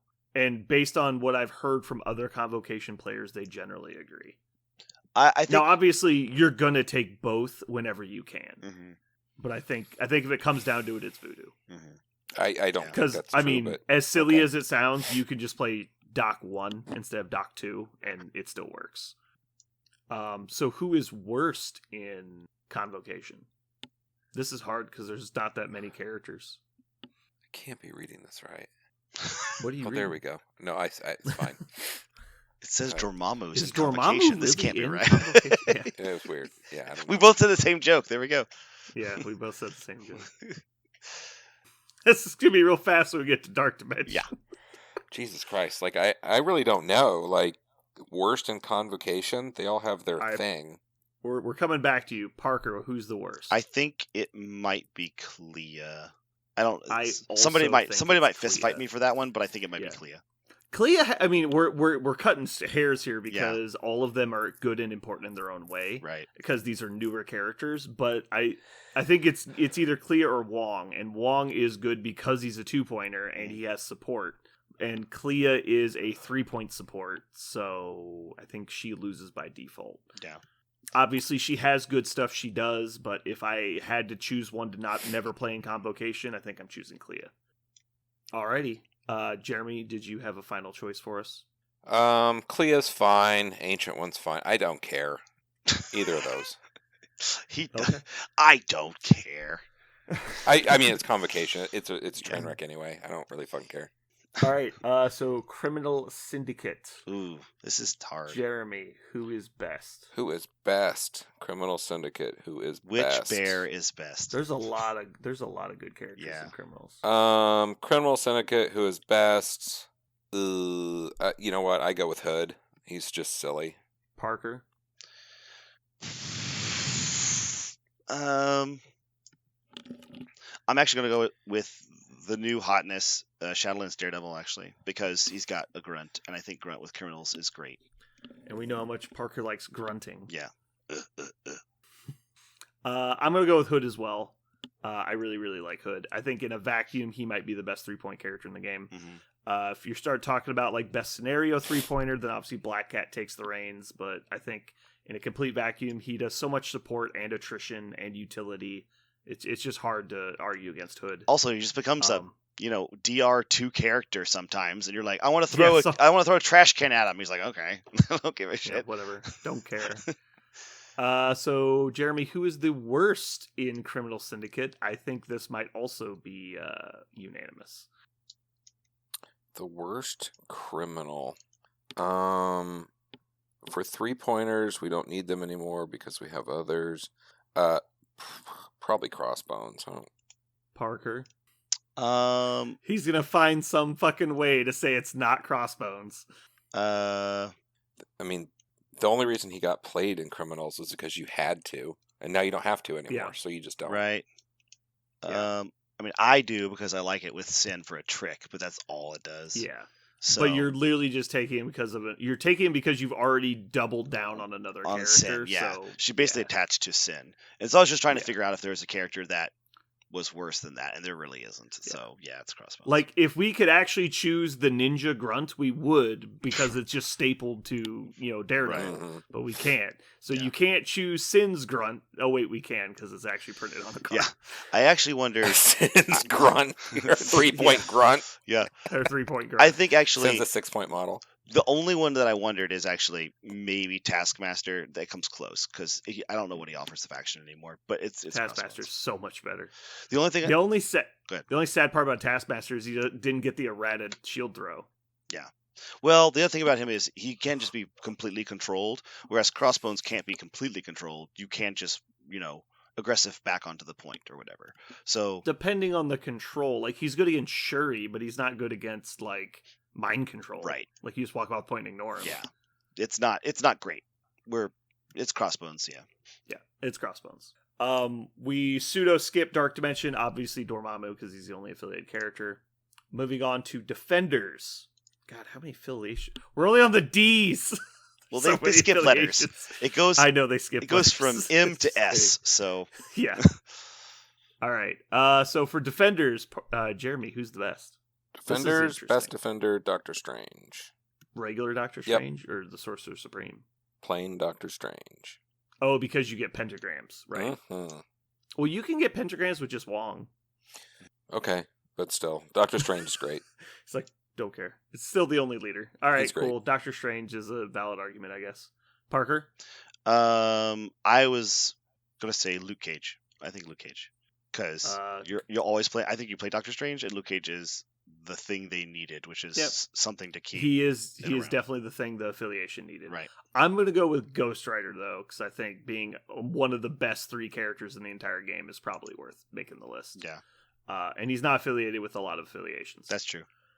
So I'll say Ghost Rider. Jeremy, who Wolverine. do you think is the worst in affiliation? All right. Iron Fist is in this affiliation. You realize that? Wolverine. Okay. All the cards in Wolverine. Push the stack of chips. All in, hit me, Wolverine. Can I split Wolverine? Exactly. Ugh. I like that a lot. Parker, it's your I turn. like that a lot. I like that a lot. I'm actually going to say, I think it's actually Scarlet Witch because I don't know how Defenders helps her at all. I don't know how Defenders helps her in any way except I don't know. Parker, I'm gonna drive to your house right now and spit in your face. If Ghost Rider is the best one, and there's also you have to take Doctor Strange. There's even Doctor Strange. You do not have to take Doctor Strange. I'm sorry. I'm assuming you're taking the leader of the Defenders, unless you really, really want to play He the title. He has one of the weakest leaderships in the game, and they have one of the best tactics cards in the game. You can play with just Wong as your leader effectively, and you can drop your portals down. And then Scarlet Witch can totally move. Valid. That's true. And then Scarlet Witch can move. Yeah. You're right. Scarlet Witch and Ghost Rider start teleporting all over the board. Yeah, Scarlet Witch teleporting isn't good enough. So Wolverine. There's a more obvious choice. So could you guys not read the blue text? Oh, what am I thinking? I know who. Like, what the fuck is happening? It's Elektra. It's Elektra. Fucking Elektra. Oh, I forgot. What are you guys looking at? I'm blue colorblind. It was already highlighted. I'm blue-white colorblind. I can only see the blue. Whoops. She's so bad I skipped her. Whoops. Why did we say that? She's also in Criminals. I thought we were saying you couldn't pick grunts. She's also in Criminals. What were we thinking? Yeah. It was Elektra. Well, I'm still choosing Wolverine. I'm only choosing Elektra, and I take back my Crossbones. It's Elektra in Criminals. Go. All right, moving on. Guardians of the Galaxy. Mm. Jeremy, who's the best Guardian? The answer is Ghost Rider. Best Guardian. Yeah, the answer. Other than Ghost Rider. I'm gonna say it's Rocket. Rocket, yeah. It's Rocket. He's silly. Parker. Yeah, I'm gonna agree. Rocket. There's some close. Right. There's some ones that are close, but it's Rocket. Yeah. All right. So Gamora is the worst. We're in agreement. Yes. Mm-hmm. Yeah. All right. Moving on to Inhumans. That was so easy. Who is best? Medusa. Ooh. Really? Oh man, she does everything. She does. She used to do everything. She still I don't know does. what you're talking about. She still does. She does nothing. Yeah. Does nothing. Jeremy's does played her. nothing. It did. Does She nothing. she still still works. does. I would have gone with Lockjaw probably, or Beast maybe. I actually was gonna go Quicksilver. Quicksilver's pretty good. We'll see. Yeah, I don't know. This is a hard one because there's so many not good characters. I almost just flatly refuse to pick Medusa. I've never liked Medusa. That's funny. Yeah, I hate the model. I don't like it at all. I actually like the model. I think her Okay. aesthetic is dumb. Now Now the rules are just okay. I'm really excited to hear all of us declare who the worst character in Inhumans is, because it also. Well, I know we're happens not to going to be- agree. I know right now What? we're not going to agree. 'Cause Really? No one's going to pick who I'm picking. What? Okay. Yeah. My official best pick though, I'm going to go with Lockjaw. Okay. Because you know what's great? Having a character that breaks 1/3 of scenarios and just ruins the game for your opponent. That's true. That's definitely what's best in the game. That's true. All right. So moving on to worst. Jeremy, what's the worst? Black Bolt. Parker. Blackagar, Boltagon. I'm going to say Miss Marvel. That's just because you don't like her. Fine, I don't I'm gonna like say Miss Wolverine. Marvel. You choose Miss Marvel. I'm choosing Wolverine again. I'm going to choose Elektra then. Elektra. I don't actually think Black Bolt's that bad. I really don't. I think people don't give him a fair chance. If he was the 4.5 problem was points, for it'd be fine. when people Yeah. first saw him hitting the table, he was trying to carry 3 bad models, and now he doesn't have to. Mm-hmm. Well, he has to carry 2 bad models, but it's different. I really think that like people underrate how good his offense is.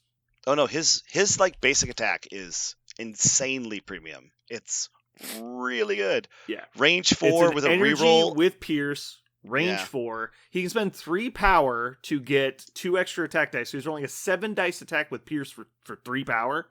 That is like off the scale good. Yeah. For like a good attack. Oh, it's a builder. Master He Punch, gets every and he it's gets a every builder. back. Yeah. Yeah, exactly. So if you get to the point, he's like old MODOK. He's worse than old MODOK, obviously, because MODOK would get on that like fucking Pound Town train and then also be impossible to kill. And he's not impossible to kill. He's just defensive. But I think he doesn't get a good rap. I think he's unjustly, His big problem is he doesn't have he's a 5-pointer that doesn't help himself get there in any way. And but he's in a faction with Lockjaw. Right. That's not supposed to be a problem. But he's supposed to be on turn 2, he's supposed to be dumping 8 dice into people. Like that's his job. Yeah, you'd think so, right? Ugh. I tried. Okay, Are we talking Captain about Wolverine Master of again? Inhumans. Yeah. Yeah. So Miss Marvel's definitely the worst. We're in agreement. No. Go. All right. Moving on, we've got Midnight Suns. So Jeremy, who is best in Midnight Suns? Yeah, Jeremy, you have extensive Midnight Suns knowledge. No, Midnight really Suns experience. extensive. Best Midnight Suns. I mean, Ghost Rider's the obvious pick here. That's correct. Yeah, I mean, just Ghost Rider. It's fine. Parker. It's Ghost Rider. I was waiting for him to say something else Oh, to fuck with Jeremy. Moon Knight. No, it's not Moon Knight. I'm actually going to disagree. I love Ghost Rider, but I think I'm going to say Blade because the way this faction loses is Blade dies. And when Blade dies, you lose the Correct. game. If Blade lives, 100%. you win. Like, you don't lose games where Blade lives to the end unless you just got massively outclassed on scenario play. God, I just don't think Blade makes it to the end. That's the problem. I don't, but I think that's the mark of a good Midnight Suns player is where to put Blade and when, because he hits so fucking hard. But yeah, he's just missing that little bit of survivability. If you play Sacrifice in this list just to try and keep him alive. Yeah, he feels like a glass cannon. He doesn't look like one, but he actually does on the table. Mm-hmm. Well, he also just draws all the fire. Yeah. Yeah, I want to say Ghost Rider, but I think I'm going to lean towards Blade because he literally just decides on if the faction wins or loses. Jeremy, who's worst? In Midnight Suns, worst. Yeah, we're Midnight going to be unanimous Suns. again, right? This is hard. Lord. I think that's got to be Wong. Really? I don't know what Wong is supposed to do. I guess I can Suns. see it because he's not really doing what the faction's doing. Mm-hmm. I want to say Iron Fist, but I think you might be right because you're never going to play Wong in Midnight Suns. Right. Yeah, I'll go with Wong. You swayed me. Yeah, I will also say Wong because there's so many 2-pointers. You'll take the out of faction 2-pointer just to because there's so many that Toad would love to have or it. Nebula. Yeah, I was or gonna say something. Nebula. It's insane. Yeah, Nebula's amazing. real good. Yeah. All right, so moving on to Shield. Jeremy, are we all in agreement that Nick Fury is the best? Yeah, I Nick agree. Fury. Nick Fury's Nick Fury's amazing. all right, so Nick Fury, got it. So who's the worst? I think it's really clear, but maybe it's not. Jeremy, who do you think? I don't play it. I don't know. I really don't know. I mean, so let's skip to Parker, and Jeremy can keep thinking. I'm gonna say Taskmaster. I was also going to say Taskmaster. He just doesn't do anything that I want the faction to do. Really, it just he's.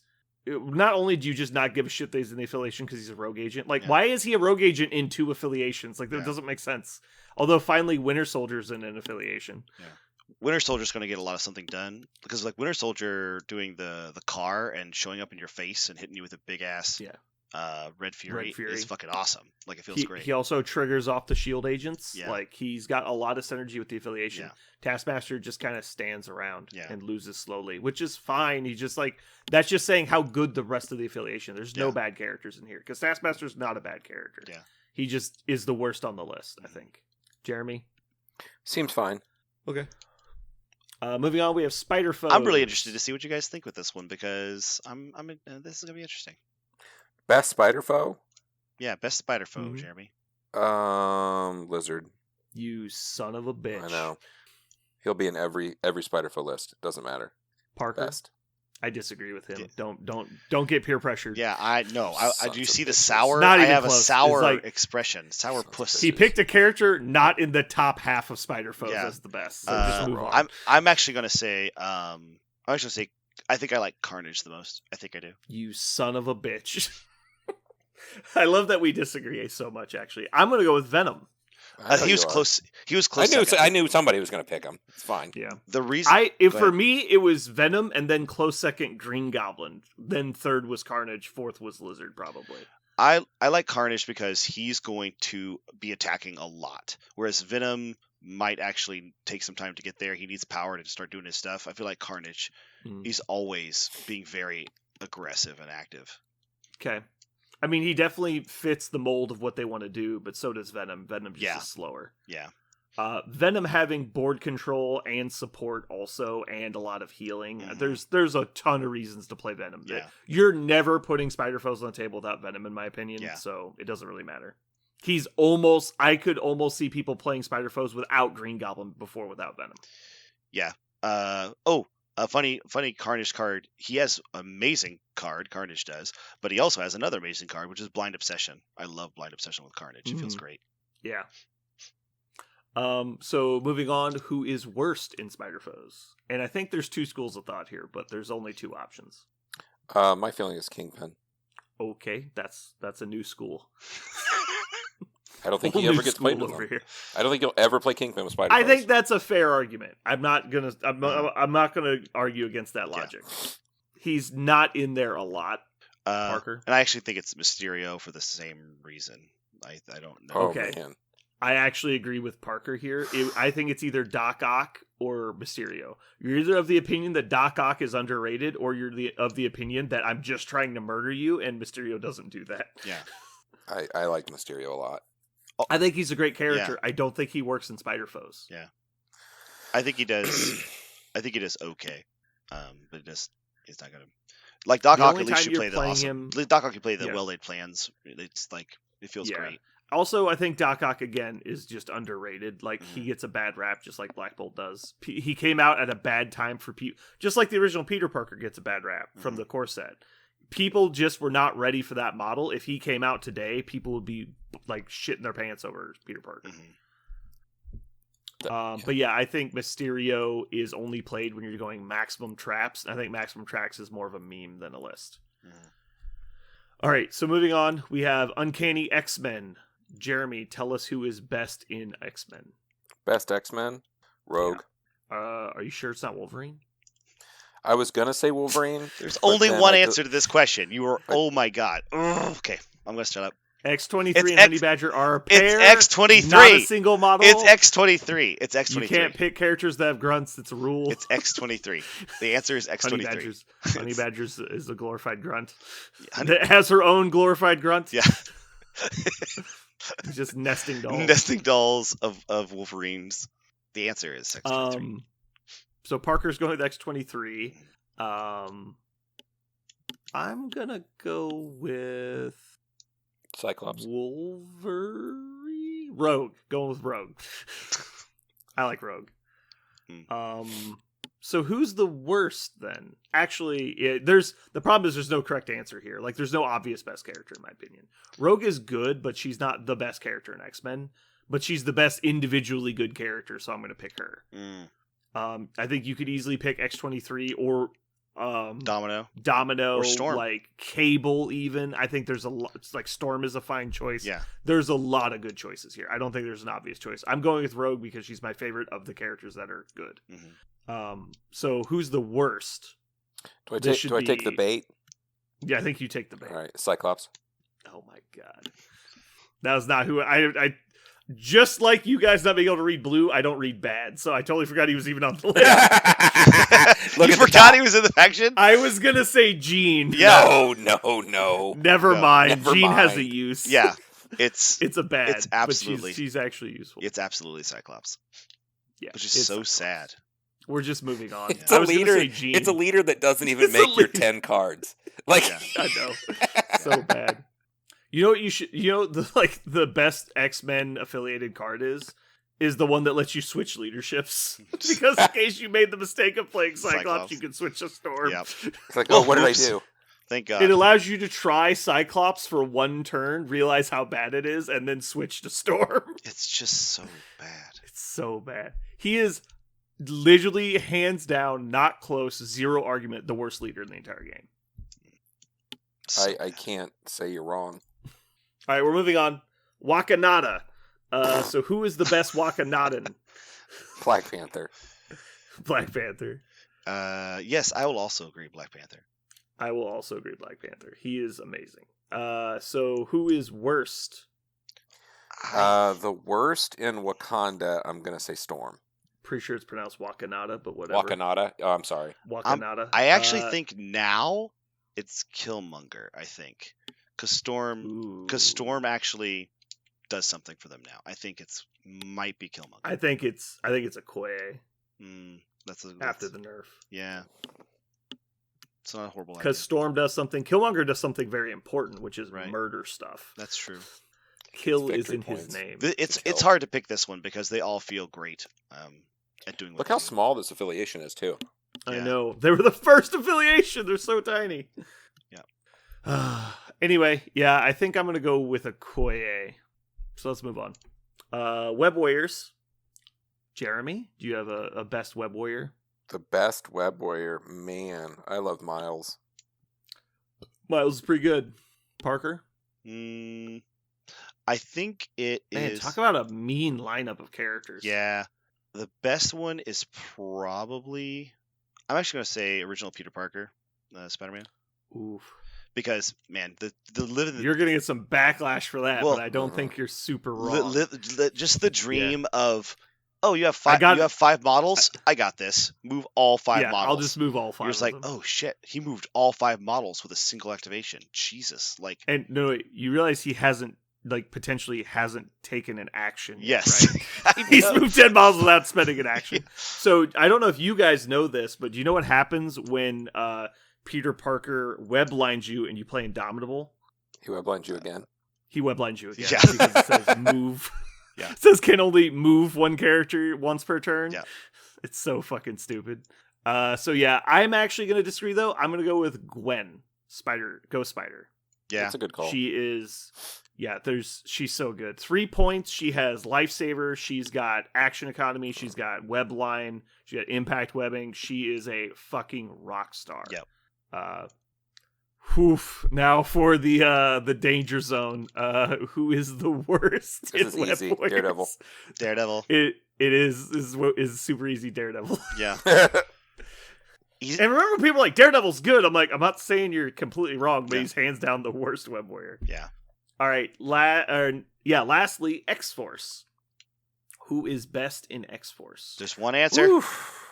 I think that's X-23. X-23. X-Force is just crazy. Oh, he has abandoned his 3-point goddess of Domino. Yeah. And gone over to the other 3-point goddess of I know. X-23. It is X-23. That is the correct answer. Nah, it's Deadpool. He's actually pretty cool, but No, I'm just kidding. It's obviously Colossus. Obviously, Colossus. Okay. I am actually going to disagree, though. I am going to say I'm going to stick with old Domino. Those are both very close. I eyeballed them very closely. I think you're both. I mean, because I don't think X-23 in a vacuum is actually incredibly strong on her own. It's when you combine her with the leadership and Honey Badger and other stuff.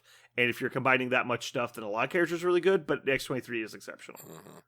I refuse to pick her as the best anything because she will not stay on her fucking hero rock. Yeah. It's true. All right. Who is worst Wolverine. in X-Force?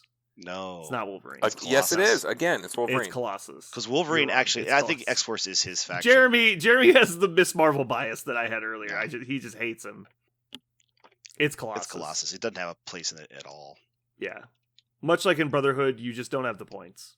If you're taking 4-pointers, it's going to be one of the fucking Weapon X guys.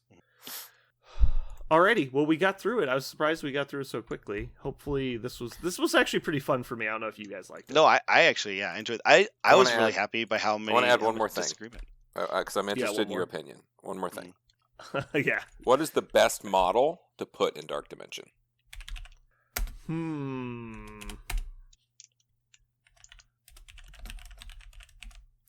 Best model to put in Dark Dimension. Is it Hood? I think it's Hood, man. I still think it's Luke Cage. Luke Cage is so crazy. Why not both? Yeah. No, sure, you could easily do both. I think in order of priority for me, it's Luke Cage, Ghost Rider, and then you can start talking about Hood. But for me, Dark Dimension will start and end with the Bernie boys and Luke Cage. But I do like Hood for more Bernie boys. Yeah, people that are on fire. That's the rule of the affiliation. Yeah. Also, Hood always uses all his power. Like, it feels really good. I thought about painting Luke Cage's t-shirt to have flames on it. That way he could be an official member of the Dark Dimension. God. Well, it was cool that we all basically did not agree on most things, so that's fun. It shows that there's a lot of interesting models for each affiliation, which is cool. I was surprised we didn't have... Yeah, except for Lecter. I was surprised we didn't have more groupthink. Every time I went to affiliation, it was like, well, this is obvious best bottom and top, so... And then, like, you guys would never agree with me. I'm like, what the fuck's wrong with you? Well, we all definitely play different things, I think, is the key. Yeah, exactly. Like, we don't play styles are different, opinions will be different. I think that's good to show that. That's part of the reason I like this exercise. All right, cool. Well, hopefully next week we'll have some more news and we'll have some more stuff to talk about. It's feeling really dry out there. But the fact that we got this spoiler and it's going to be out in a month and 12 days, like basically 6 weeks, that's pretty surprising. Alrighty. Well, do you guys have anything else you want to talk about? All right. Well, that's going to wrap it up for us today. Thanks for showing up. Hopefully you had a good time. This has been Brandon. And Dr. Amanda Toboggan, MD. Jeremy, don't take Thanos. I'm telling you right now. Take Thanos. And this has been What is Best.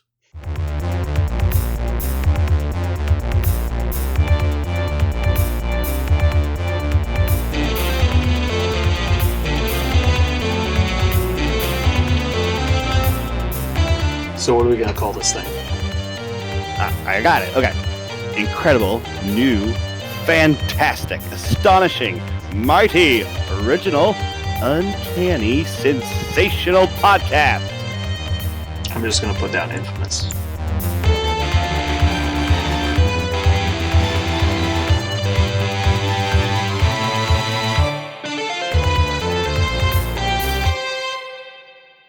We did it, guys. Another amazing episode in the can. Done. We did Done. Done. Is that Dragnet? Yeah. What was that? That was Dragnet. That was Dragnet? You did a great job. Yeah. I got it. Got it in one. You know which listeners I have got the it for amazing sure? skill is Listeners if from you Gurney. reproduce a tone or melody, I can instantly tell you what it is. Okay. You want to try me again? Here we go. Do do do do do do do do do do do do do do do do. The Munsters theme song. Oh wow! How'd you get it so fast?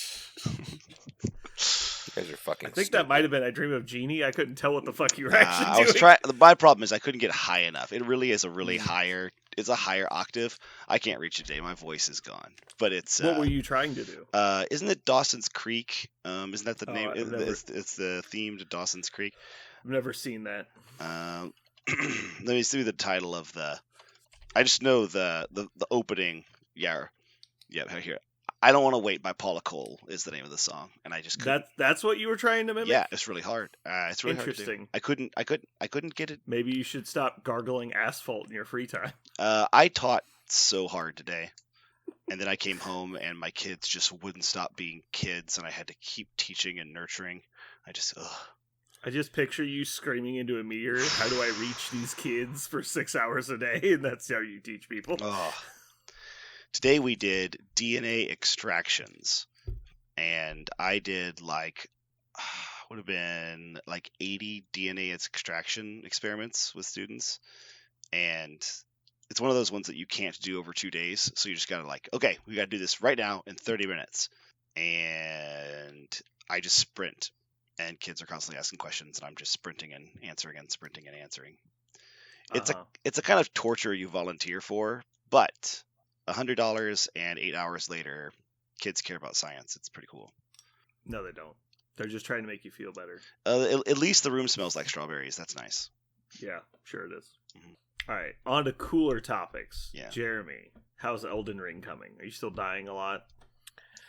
I quit dying. Basically, the game fails me when my character runs out I of assumed life. when you said you quit dying, you had uninstalled the game. I assume that's what No. You meant. Oh, okay. I have heard of people uninstalling it now. Some of my friends have been like, I uninstalled it, and then I had 2 hours of free time, so I reinstalled it. I was like, okay, dude, whatever. You have problems. But it really is I have 30 minutes to waste. Just jump in and dick around. You don't have to really put that much time into it, which is cool. Yeah, because it's just talking to people at complete random chance, right? You're like, hey, maybe this guy's dialogue has changed. No. Oh, yeah, keep wasting time. Essentially, you need to go to a guide or a wiki to do anything important. Most of the time, you just dig around. So you said who was telling me. You said you haven't played any Marvel in quite some time, huh? No, the last Marvel I played was right after Adepticon, that little tournament we had. Oh yeah. I only played I think 4 games since Adepticon. I'm very sad. My hands are still sore from frickin' working though, so I'm very excited. So I think it'll feel real good when getting back into it though. You've had a nice little break. Yeah. No, I have been wanting to play this entire time. I didn't want a break. I was forced to take a break due to lack of free time. Yeah. But now I have so much shit to catch up on. I've got actual model backlog. I've got a bunch of work stuff still to do in my off time. I've got to assemble a bunch of this terrain. I got to get some events scheduled because we're running out of events again. And man, it's just been crazy. But I think we're finally to the point where it's just okay, now put everything back together. We're no longer trying to do new stuff. I feel like I say that every week though. Maybe. The whole point is hopefully you get some games in soon. Yeah. I'm thinking maybe this weekend. We'll see. I took today off. I basically just didn't do anything. I just sat around watching TV because I'm just exhausted. I tell you, honestly, that's what I end up doing a lot of times. For Fridays, my Fridays off, it feels nice just to chill, do absolutely nothing, and eat cereal. It feels pretty good. It feels pretty good. Do nothing but eat cereal, watch TV are the best. Yep. And I kept thinking, don't I have something I should be doing? And then the feeling of relief goes over me when I'm I think it was I need to eat a sandwich. Isn't that a John Mulaney joke where he says, when you're a child, you're always like, oh, it's like, what'd you do over the weekend? You're like, oh man, I did nothing. I was so bored. But then when you ask an adult, like the wave of like of joy that washes over their face, what'd you do this weekend? Nothing. I did nothing. It was wonderful. Like kids can't handle it, but every adult just thrives and desires So just nice. nothing. Yeah. Well, the adults have those worn out engines, and the kids have those brand new engines that have like fucking nitrous going through them, and they just can't calm down. I just think it's entanglement. Like adults just entangle themselves with so many people and systems and responsibilities, and kids just don't have the all entanglement. you do because even a kid at school, like admittedly they're probably focused a decent amount of the day, but a lot of school is just kind of sitting around, not like waiting for something to happen, right? Like it's mostly busy work. Not a lot of it is actually active learning.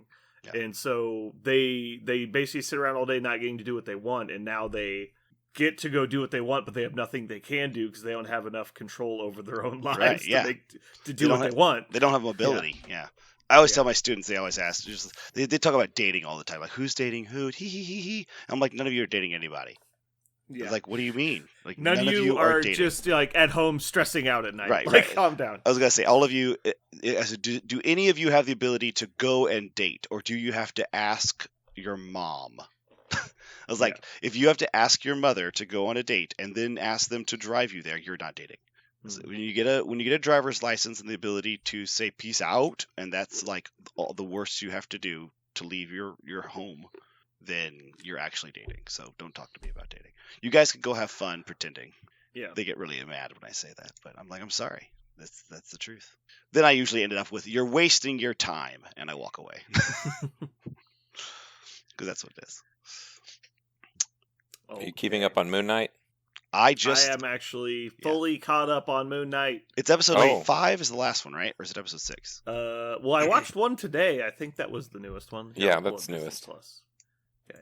Still good? I watched it fairly early in the day, so I was like, did they post another one after I watched that?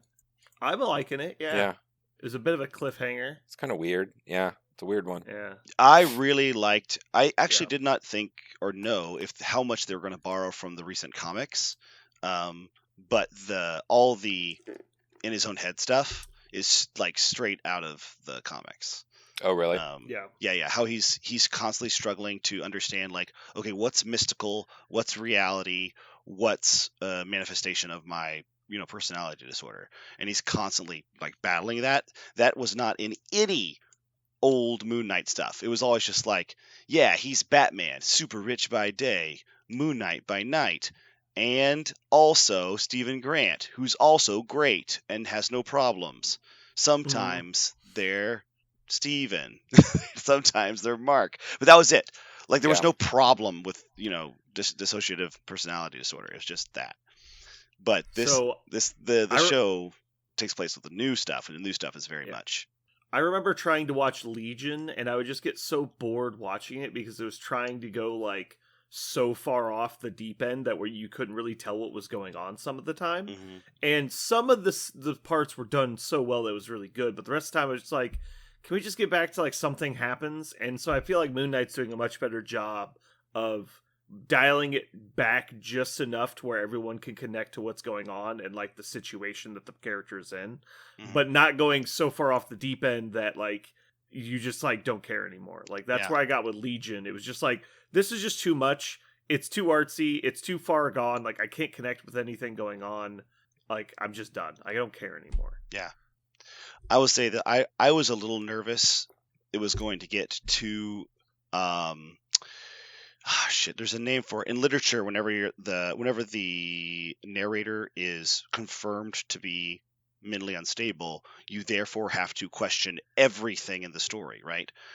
At that point, the entire story can be completely called out as being, potentially just the figment of the insanity or construction of the person's psyche, and be invalidated, right? So it's really hard to read those stories and be like, this happened in the story. But I really liked that in this one, they didn't spend too much time in that kind of story, and definitely brought you out to, if we believe the gods are real, which so far we can't distribute it, like the hippo's real, that part's real. like the hippo's real. So you're like, just yeah. Or is it? That I will be really fucking mad if the hippo isn't real, because that's what I thought they were doing, right? They're saying like, yes, this part's entirely in his psyche, this part is entirely real and mystical and actually a thing. Well, let's not spoil too much, because some people probably haven't seen it yet.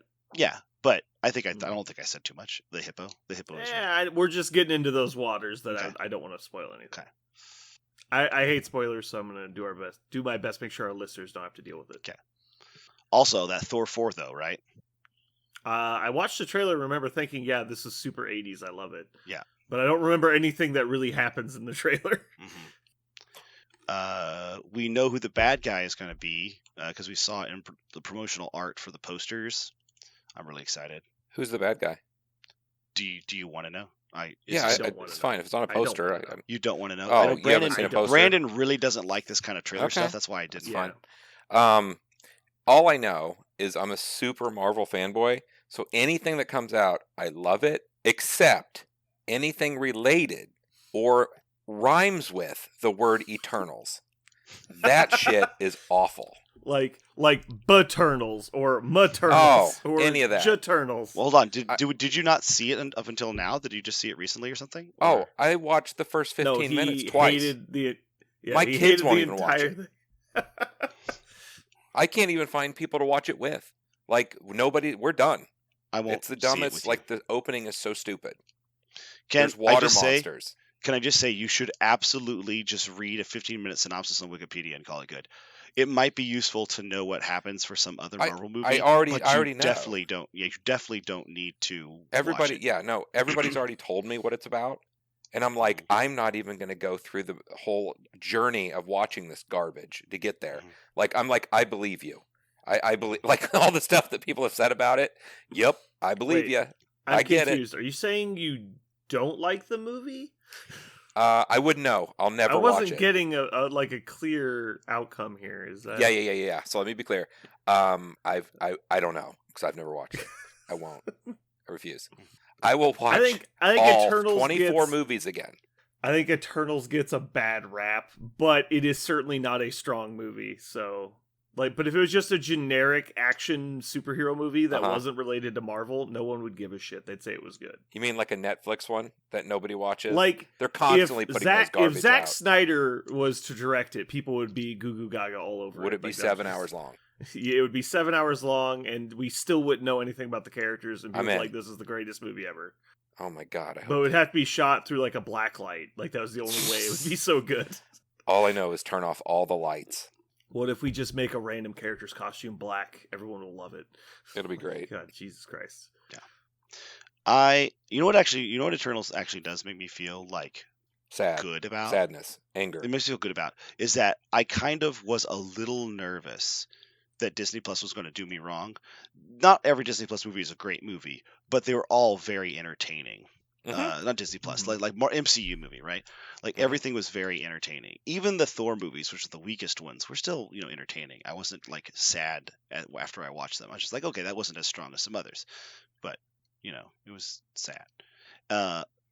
But I was kind of glad that it was the Eternals because it was one I had absolutely zero emotional investment going into the movie. Oh. Like I knew nothing about them, right? So if there was one to let me down, let it please not be like Loki, right? Please not Loki. I fucking love Loki.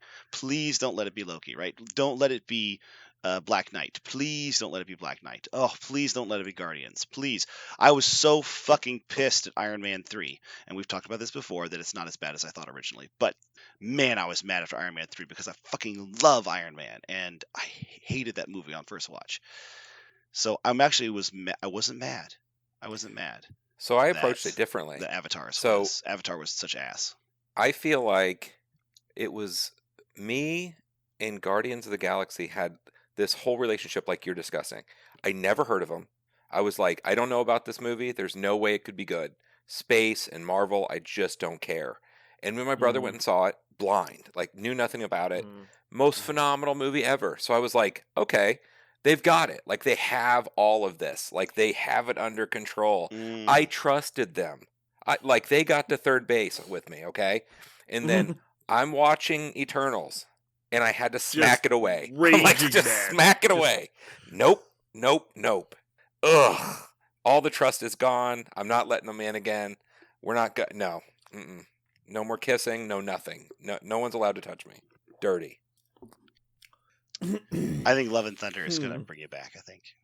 Yeah. Oh, I'm back. Like, I'm fine. Like, to me, the whole thing is 30-some, 40 episodes, whatever. Like, they've gone and done all these that I love. They missed once. I'm okay with that. And it's probably just watching it. I could probably sit down with a bowl of cereal, because that'll help. A good bowl of crap cereal, that'll help. And just watch the damn thing. And probably make it through and probably go, like, I won't watch it again. Yeah. But I lived, I watch it on repeat just all day long. Do ya? That's what I do So with the Zack Snyder movies. Like, the longer the better. So you get through one watching in a day? Uh-huh, yeah. I watch it every night. That's what I go to sleep to. Yeah. I go to bed at 8 and I go to sleep at midnight watching, yeah.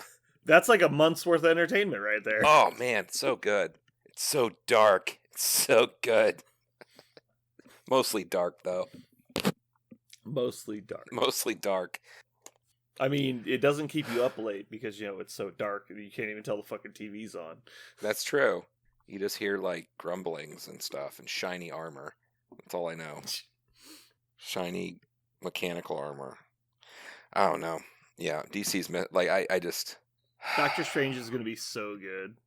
Oh, I got my kids selfishly because their birthday was on Sunday. So selfishly, one of their presents was Spider-Man, the new one. I'm like, let's watch it together. Yeah, because I can't stream it anywhere unless I'm going to pay for it right now. It's like, nope, we're just buying it. You have to pay like a whole $4. Parker learned that the hard way. Mm-hmm. Oh yeah, we never really talked about this. You did actually watch the movie, right? Yeah, I watched the second one. Okay, I watched all three. I watched all three movies. I watched all three movies in a row, like back to back. Yeah. But because you've never seen like Homecoming, even, right? No, I had seen Homecoming. Oh, yeah, you've seen Homecoming, the same you haven't seen Far From Home. Yeah, I saw Homecoming like the week it came out, and then Far From Home.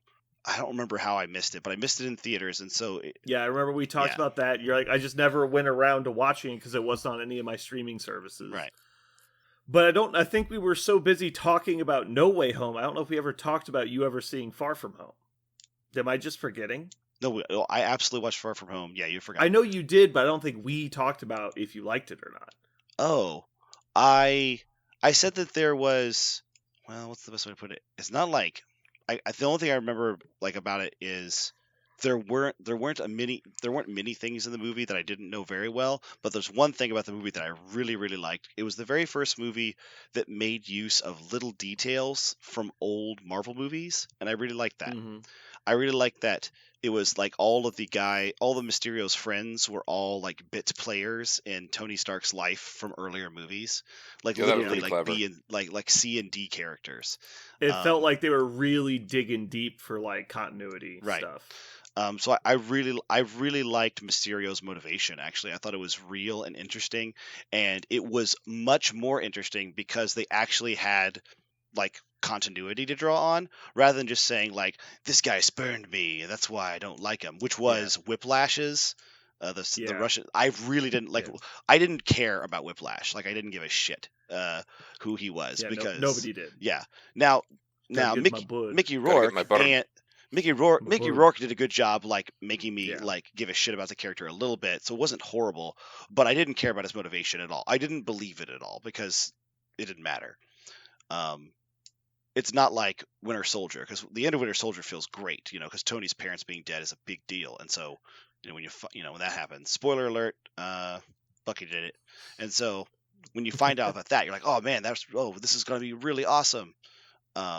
So you like that they went back and actually like showed the clip of the previous movie, and it's like to like have you seen the side by side of those two scenes? Yeah, they're not identical, right? Because it's not identical, but the interesting part is they add in an audience laugh when he says barf. Yeah. In the Far From Home, but in the original movie, the audience doesn't laugh, which is so. There's people talking about, dude, they put that in to make it seem more hurtful, or was that just his perspective of the situation? Because Tony was making a joke out of it, he just interpreted that the audience was making a joke out of it also. That they must be making fun of him, like. And so Tony was it just all in his head, and like he was like, you know, dramatizing how bad it was and everything? Yeah. Is that actually Mysterio's backstory? Is that his deal, or do they just kind of move that around? Like it from the comics? No, yeah, it's different. Yeah, it's just MCU Mysterio. Gotcha. Yeah, in the comic books, he's just, if I remember correctly, he was part of that old school Spider-Man, you know, pantheon of bad guys. When it's just, I'm a stunt man and special effects coordinator, and that's it. Like, was there a serum involved? Side effect insanity? No. I'm sure he's trapped in this biomechanical suit that was in like experimental R&D, because that's like 90% of his villains. Yeah, well, they're all based on animals. Mysterio is one of the only ones that's not, actually. Shocker is not. They're all like technology or Shocker animals. is a firefly. No, Firefly is a firefly. Damn it. Is there actually a firefly villain in his pantheon? I think he's an Iron Man and Spider-Man. Let me look. What else does... Maybe he's an electric eel. Let's see. Oh, maybe I'm wrong. Maybe I thought there was a Firefly. Maybe I'm thinking of somebody else. It says there is a Firefly, an arsonist. He was defeated by Nova, Iron Man, Luke Cage. Oh, but no, he's not. He didn't fight. Because I knew he fought Iron Man, but apparently not Spider-Man. Anyway, at any rate, they're almost all tech guys or bio guys, or some combination, or usually a combination of both, right? Like science and technology and biology, because that's what Spider-Man is. Yeah. Jeremy's playing with his headset and Parker's yawning into his mic. This is great. Sorry, I'm actually really struggling. My voice is I don't know how I'm going to last for like an hour and a half with this. I'm going to have to. Oh, it's terrible. Like, I don't know how I'm going to last. I'm trying to like drink water and stuff. Oh. It's mind over matter. Just pretend your throat doesn't hurt. Well, actually, here's the thing. I can hear a difference in my voice in my ear very, very well when it starts to like get. Yeah, scratchy. We can hear it too. Okay. It's our superpower. Okay. I didn't know. I don't know how much. I don't know how much you guys hear it. I don't know. Oh, don't worry. It's coming through just fine. Okay. Clearly. Good. All right. Well, we should probably get started then, I guess. Let's get this Anything else you guys wanted to chat about? Let's get this raspy show on the road. Parker, were you saying you're not going to be able to go see the movie with us? I would. I don't think on a there's Friday. any way. He ain't going nowhere. What day is it? It'll be the 6th. May 6th. I would say 85% chance of not. The only 15% chance I give is if Sarah is so sick that she can't go to Alaska and she's here, then by Friday maybe she actually will be well enough that she can watch the girls. If you watch it in the middle of the day, I would say it goes down to a 99% chance of me not being there. But a high... Oh yeah, I mean, I assumed if we went at noon, you would not be able to go. Yeah. But yeah, I'm pretty much free. We can go see it whenever. So cool. We can plan on that. All right. I would love to see it. If you, also, I guess there's also the obvious thing if I've been exposed to COVID semi-recently. So do you guys? I don't care believe about in that? it. You're fine. Yeah, COVID isn't real. I looked it up online. Okay. I actually want to know your guys' opinion about game night tomorrow. I wondered if I should stay away or not. I'll wear a mask. I thought you were going to be busy watching the kids anyway. No, Sarah's in the house and she's not dead. So if there's an emergency, she can call me or whatever. I could leave the house once they're in bed. She just can't help them do anything. Well, on the plus side, they're both rocks. Like once they go down, they're done. Yeah. So on the plus side, we have so much space now that you can social distance while playing games. That's true. My kids are home with me, so I will not be out there. Well, hell, I don't even know if there'll be anybody there late then, because I won't be able to play. Okay. At least I don't think I'll be able to play. There's a random small chance I'll be able to play very late. Then it might just get called. Then I might just let people go home early because if I feel like I feel right now tomorrow, what am I saying? I'm gonna play. I love playing this game. Jeremy, you said you are a maybe on Saturday. Yeah, depends how my kids are feeling.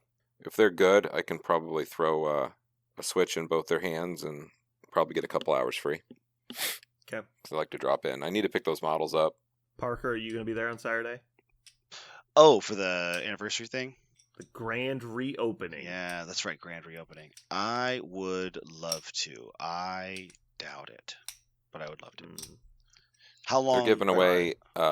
They've got It's a gonna be all new. night. I think he calls it a rhino. They're going to give that away. Yeah, A giving new away rhino. Rhino. A They're brand giving away new rhino. a rhino. It's basically as much as you can carry, free. Mhm. So As much it's of the free. rhino as I can carry. Yeah. Yeah, which is none. I was gonna say I could take off lots of parts of the rhino probably. Just give me some time I and a hacksaw. welded them all on. Just get a hacksaw. I'm not gonna. I don't know how much time you think you have. It takes a long time to hacksaw through a car. I wouldn't do like the whole thing. It wouldn't be like that in would be, twain. that's a rookie move. You never go for the whole car. Yeah, you just go for Go the for the parts. exhaust pipe Yeah. at least. You Let eat me an hacksaw elephant off one this bite at a exhaust time. pipe. Yeah. Yeah. But I would love to. It sounds like a ball. If Thursday doesn't happen, then Saturday might actually happen. All right, so Parker, I have a joke for today, but there's two ways I can tell it. I can tell it the mean way, where it's insulting to somebody else, or I can tell it the embarrassing way, where it's insulting about myself. Which way do you think I should tell it? Well, we both know which one you want to do, so I think you should follow your heart. Oh yeah.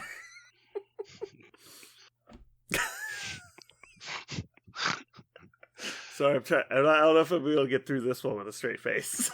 Oh Jesus! Jeremy's gonna love this one. I Are don't. You ready, I Parker? already don't. Mm-hmm. Parker, are you ready? I'm ready. Now, if you've heard this, don't spoil it, because this one, I think this is a popular dad joke. Parker, did you know that 10 plus 10 is the same as 11 plus 11? No, how's that? Well, because 10 plus 10 is 20, and 11 plus 11 is 22. Get it, Jeremy? Oh, I got it. Because TOO is also means also. I like it. Parker, it takes everyone about 2.5 seconds to go, oh, damn it. Yep. All right, that one was for Jeremy. The Uh-huh. next one's for Parker. Okay. All right, I'll get to it later. Oh boy, this is gonna be a good one. I gotta get ready for this. All right, you guys ready to podcast? Yup.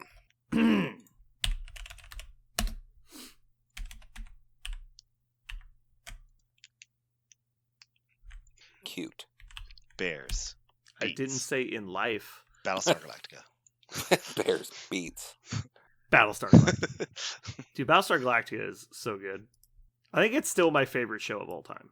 I need to sit down and actually put some effort into watching it. Every time I do it, my mind is somewhere else, and I'm just not focusing on it, and I just don't get into it. You've never watched it? No, I've never watched it. Oh man. Oh, I found out where it was streaming. I can't remember. It's on I want to say Paramount or something. I can't remember. I It's found actually it. A free. Yeah, I found You did. it. It's free to stream with ads somewhere. So that's it's probably Peacock, actually, Yeah, it's Peacock. That's right. because that's the one I have. So you need to watch the miniseries. It's a 2-episode miniseries. Each episode's an hour and a half. And it's one of the best sci-fi movies standalone, if you ask me. It's a little slow, but they have to do a lot of world building. But if you can sit through Babylon 5, you can sit through the miniseries very easily. Because there is stuff going on. I Parker, never you've saw seen it, right? Babylon 5. No. You've never seen Battlestar Galactica? No. My brother Oh my brother has asked me God. my brother has asked me to see it many times. He swears it's am- amazing, and I believe him. I believe you. Actually upset. It is the best sci-fi TV show of all time. That's high praise. Yeah. I know people like Star Trek, but with respect, most Star Trek is actually garbage. I've enjoyed watching Star Trek, and it's not good. It is very episodic, repetitive garbage. That doesn't mean you can't enjoy it, and it's not fun to watch, but it's not. There's very little substance to it. There's some episodes of Star Trek are good, but it's usually 3 per season. Yeah, it's like the Breaking Bad of sci-fi. It completely reset what people think is a good show. Speaking of Breaking Now- Bad, Better Call Saul has started its new season. Yeah, I haven't started watching it yet. Oh my god, Is it good? so good. Oh, I bet it's good. So Better Call Saul is amazing. It is. Oh my god. It's just Breaking Bad with comedy, which is like the perfect show. Like I think it's better than Breaking Bad, and Breaking Bad was my number one. I 100% agree. It is noticeably better than Breaking Bad. And Ben Odenkirk, the actor in it, Bob. it needs to be in more stuff. Bob Odenkirk, yeah. Yeah, he's great. He is. But so can he great. be anybody else except that character, though? I wonder. I haven't seen the movie he was in, Nobody, but it It's looks good. It's good. I need to see it. Did you see the interview he did? I think it was with Howard Stern going into him being on the show. Mm-mm. It was pretty funny. Basically, he says like, yeah, so like I interviewed for this part and I didn't really know what it was for, and like they were like gonna have me come in and do some episodes, and so I was like, yeah, let's do it because I'm like broke and I need money. So they were like gonna get him on the show, and like it fell through and got pushed to a later season. And then he's like, oh, that sucks. And so, but then he like watched the first season. He's like, I got to get on the show. It's so good. And so he's like actively trying to get on the show at that point. But yeah, his Better Call Saul character is awesome. Yeah. Did you haven't watched any of the according to Better Call Saul episodes, have you, Parker? Oh no, I've seen some of it. Oh, have you? Yeah, Okay. Sarah's I like a big. the backstory leading up to it. Yeah. Like that guy came from some shit at some point. So Yeah, Sarah was a big oh my god, Breaking Bad fan, and so she tried to get me to watch it, and I didn't mind it, but I was not. it's very heavy. Yeah. Like they really milk the drama scenes, and I'm like, okay, like within reason. And also, it's really hard to watch in like a stretch of like a lot of episodes all at once, because you're meant to kind of digest the episodes in between. Yeah. But And so if you just try and watch it all in a row, it's too slow and it's too heavy and it doesn't really sit well. But if you watch like one episode a week, it's really good. so Sarah told me you need to watch Better Call Saul, and I love my favorite character by far in Breaking Bad is the hitman, the gun for hire guy. What's his name? Mike.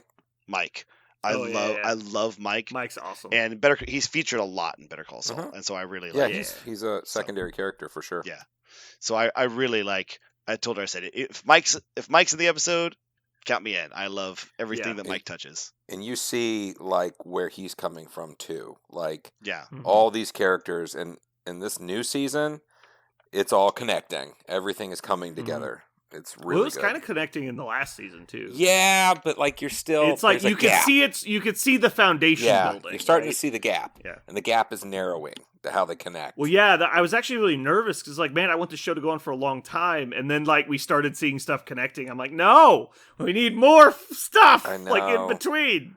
But I'm curious if they'll do more after, like, Breaking Bad ending. Maybe. Because they like.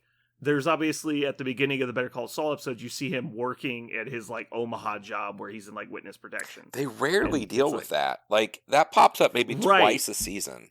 Like Yeah, exactly. And so that's why I'm wondering if maybe that like after once they hit the point where Breaking Bad is happening, maybe they'll fill in the behind the scenes of Breaking Bad, and then maybe they'll pick up after where Breaking Bad leaves off. man, that would be so Because great. they've already with the El Camino movie, they've shown that they kind of want to keep the story going. I actually wasn't a big fan of Jesse. I liked the El Camino movie a lot, but I thought Jesse was kind of trying, much like Skylar is kind of trying in a lot of the seasons. There's the seasons like where she doesn't know anything and is fighting everything going on. Then there's like the one season where she's like on board. Yeah. And then there's the season when she's like, we're in too deep, we need to get out. And like all of the before she's bought in episodes are just annoying. Where it's like, okay, Skylar's in the episode, so it's just going to be a fucking fight about everything for no reason. Yeah. And it's like, it's just so annoying. And obviously, she's the one with the moral compass, but like, being the main character, you're trying to side with the main character emotionally, so it's hard. It just makes her annoying as a character. Yeah, I think I've watched. I've seen Breaking Bad at least 5 times, all of them, and then I've seen Better Call Saul, I think 3, because I wanted to watch it one more time, and it's kind of my when I go to bed watch show. Yeah. And every time I notice new things, and I get more connected to all of them. Like it's so well written. It's just so good. Like especially Better Call Saul. Like oh my god, it's such a good show. It's one of my favorite shows by far. I like all of the characters on Better Call Saul. And because there's already this groundwork, they don't have to like go through all the trouble of introducing everybody and showing like what they're about. And so a lot of the filler gets left on the floor and you get to see more meat on the episodes, it feels like. Like when you run into Tuco in the Better Call Saul seasons, and you're like, oh my god, this guy is such a fucking psychopath. Yep. But yeah. All right, cool. Well, I guess I won't see you guys tomorrow then. Yeah, we definitely won't see me. Well, you said you won't be there, right? Jeremy won't be there. I won't be. I will be there. Oh, you will? I'm going to be there. I'm a little confused. I thought you said you wouldn't be. I work tomorrow. No, Jeremy said he wouldn't be there. Then why did you say... I said I won't be able to play games because I'll be busy. Oh, that's right. Now I understand. Yeah. Yeah, you might not see me either. It depends. If you just want to come up and hang out for a bit, and then like we can chat and stuff, but that way you can just get out of the house for a bit and not be committed to staying super late. Might not be a horrible idea, but man, I want more ninjas. I do want some more ninjas. By the way, I am 100% painting my 3 ninjas as the 3 ninjas. Yeah, we talked about this a bit. Jeremy, do you have a paint scheme in mind for your ninjas? No, I paint everything box. I don't mess with this game. I'm gonna do the Mortal Kombat ninjas. So I'm gonna do red, blue, green, and reptile. Yeah. Oh my Mortal god. Kombat. So the guy with the chain is gonna be Scorpion. Sub-Zero. I wonder if I can do like the ninja smoke cloud in like a frosty blue, like it's an ice cloud. Oh my god. It's gonna be perfect. There are only 3 ninjas. Yep. And it's the 3 it's the 3 ninjas from the 1994 hit 3 Ninjas. Did you see the final installment of the 3 Ninjas on Magic Mountain with Hulk Hogan? Yeah, High Noon at Magic Mountain. I watched that shit. Yeah. What? Yeah, they didn't even get the original cast. It's 3 new kids. Yeah, it's 19 it's terrible because it takes place like 18 years after. Yeah, it's 1992 was the first one, and 3 Ninjas High Noon is 1998. So yeah, they were 6 years older. They would have been very old. But yeah. But somehow Hulk Hogan is involved. Yeah, he's like it's 1998 and it's a stupid movie. Of course Hulk Hogan's in. Yeah, Hulk Hogan is like the theme park mascot guy or some shit. I don't remember. I seen it. It was real bad. Thunderlips. And the whole time I'm like, why does this feel familiar and bad? Because we just turned it on. We didn't have any idea what it was. And it was like, oh no, this is supposed to be 3 Ninjas, which is a movie we loved. Speaking of movies that you didn't know what they were when you started watching them, have you ever like sat down at a movie with zero information beyond the title and be like, let's see what this is about? And like you started watching and you went, oh, this is not what I thought it was. I'm sure I've done that a lot, actually. My big movie was The Matrix. We went to see a random movie. We got to the movie theater, like, what's playing? And like, we have The Matrix. And we're like, what's that? I don't know. It's something to do with virtual reality. I'm like, sure, we'll see that. And so I watched The Matrix with zero expectations or knowledge. Wow. I was like, this movie was awesome. It's like, dude, I have to go tell people about this movie. It had been out for 3 weeks. Like, everybody had already seen it. I did that with Waiting. I didn't know anything about it. Oh, yeah? We just went to go see Waiting it. is a really low budget, so people don't know about it. And it was great. Like, that was such a good movie. Waiting is a great cult classic. Yeah. I heard about Avatar from a friend. Not The Last Airbender, the Avatar. He was like, hey, Avatar, the blue people. Yeah, he was like... Dances with Wolves in Space. Yeah, he said, hey, Avatar is pretty good. I was like, really? He's like, yeah, let's just go see it. I go, okay. And then this is big deal. By the way, Avatar, the second one is coming out in December. Oh, God. Oh, I also watched The Fellowship of the Ring not knowing what it was. Are you serious? Yeah, I had no idea what Lord of the Rings was until I saw the movie. But I was like, I don't know, 14 or 12 or something when it came out. What year did it come out? Man, what was that? It was... Oof. I want to say, 2000? It was later than that. It was like 2001. Yeah, 2001. Look, I almost had it. I was 14. I was 14 when the movie came out. Did I tell you the story about my dad in Lord of the Rings? I don't think Oh my God. So I was real excited because I knew about all the... No, listen. So I was real excited about it. I got to see it. It was phenomenal. And then everybody... Oh, you have told me. Yeah, everybody was going to see it. My dad finally went to see it. And then I was like, hey, you went inside? He's like, yeah, it was really good, but it's just kind of weird. I'm like, what's going on? What's just weird? I mean, like, it ended weird. Like, they just walked, and that was the end. It just kind of stopped. And I'm like, yeah, there's 3, right? Like, that's not. He's like, I didn't know. Like, what the hell? No, that's exactly what happened to me. Is we were watching it, we were just kind of like going along. I was like, what is this movie? It's called, it's Lord of the Rings. I'm like, okay, whatever that means. Okay. And then there's a ring in it, so I was like, well, that makes sense. And it's just going along. I'm like getting very into the movie, right? Because I'm a 14-year-old kid. I'm It's like, great. This is awesome. There's orcs, there's wizards, like there's fire, there's these monsters, like it's great. And then it's like, oh my god, this movie is going to be so awesome. And then they stop talking and the movie ends. And I'm like, what? Like, what happened? And I was like, what's happening? He's like, oh, the next one will be out soon. I'm like, that's not how you end movies. Yeah. Like, they're like, no, there's like 2 more coming. I was like, how do you know that? He's like, oh no, it's a book series. I'm like, That's exactly what happened to my dad. Yep. Yeah, You that's guys are exactly what similar. happened to me. One of my favorite things to do is the Lord of the Rings supercuts. You guys ever see that? There's a channel where they take cuts of Lord of the Rings, like for interesting things you don't think about. One of them is it was Lord of the Rings supercuts for a number of times Legolas talked to Frodo, and it was so you click on it and it's Legolas stands up and goes, "And my bow," and that's it. That's the only time. That's the only time in the entire 3 movies he ever talks directly to Frodo. Another one well, is. To be fair, they literally don't see each other for like several movies, right? After they meet at Rivendell, which is like the halfway point of the first movie, Uh-huh.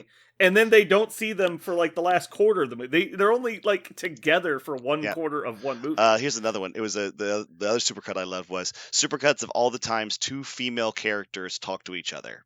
And it was, it's Eowyn walks by a little girl, and she drops like a doll, and she goes, "Here you go," and then that's it. That was it. Ends. That was the only time 2 female characters said any words to each other. Is when Eowyn walked by a little girl and gave her back something and said, "Here you go." That was it. The end. I was like, ooh, the movie I loved. Oof. 2 feet. You're assuming the gender of all the orcs, by the way. That's true. Oh, my favorite, like aftermarket Lord of the Rings thing is when orcs. Oh man, I didn't think it was that funny. I really liked it. Ooh, man flesh. It's funny for about 15 seconds, and then I get tired of watching that. Like, it's funny. It's not. It's not a watch twice, but it was nice. I think the next season of Invincible is supposed to be out pretty soon. Oh man, I'm so excited. And the next season of The Boys is supposed to be out soon. Oh, I'm needing some good TV to take over. Like right now, Better Call Saul is filling the void. Moon Knight isn't really filling a void. I can wait on it. I'm not really. It's great, but like it's not. I don't really care that much. I'm not really that invested. But yeah, some Invincible season would be amazing. The Boys season would be amazing. I almost want there to be more shows that release 1 episode a week because it kind of saves me from myself at this point. Oh yeah, where I'll just watch like, all right, well this show can last me till the next show comes out, and 3 hours later, all right, I'm done with that show, and I'm like, oh no, like what have I done? Well, it seems like now their new thing is to drop 4 episodes, and then drop 4 episodes like a month, 2 months later. Oh really? Yeah, I haven't noticed that. Ozark did that, and Netflix tends to do that a lot. Yeah, Ozark's doing that. Because they'll dump the entire thing, but I think they've noticed that people just want it sooner, and so they're basically like, well, the first half of the season's done, we're just finishing editing on the last 8 episodes. They're like, okay, we'll just drop the first half, and then we'll get to the other ones later. Yeah, because they don't want people to unsubscribe because they've watched the whole show and there's nothing else coming. I think they're doing that with Stranger Things as well. It's just kind of a thing. Yeah. All right. Well, we should probably get out of here. Yup. It's getting late. All right. Well, goodbye, everybody. Later. We'll miss you.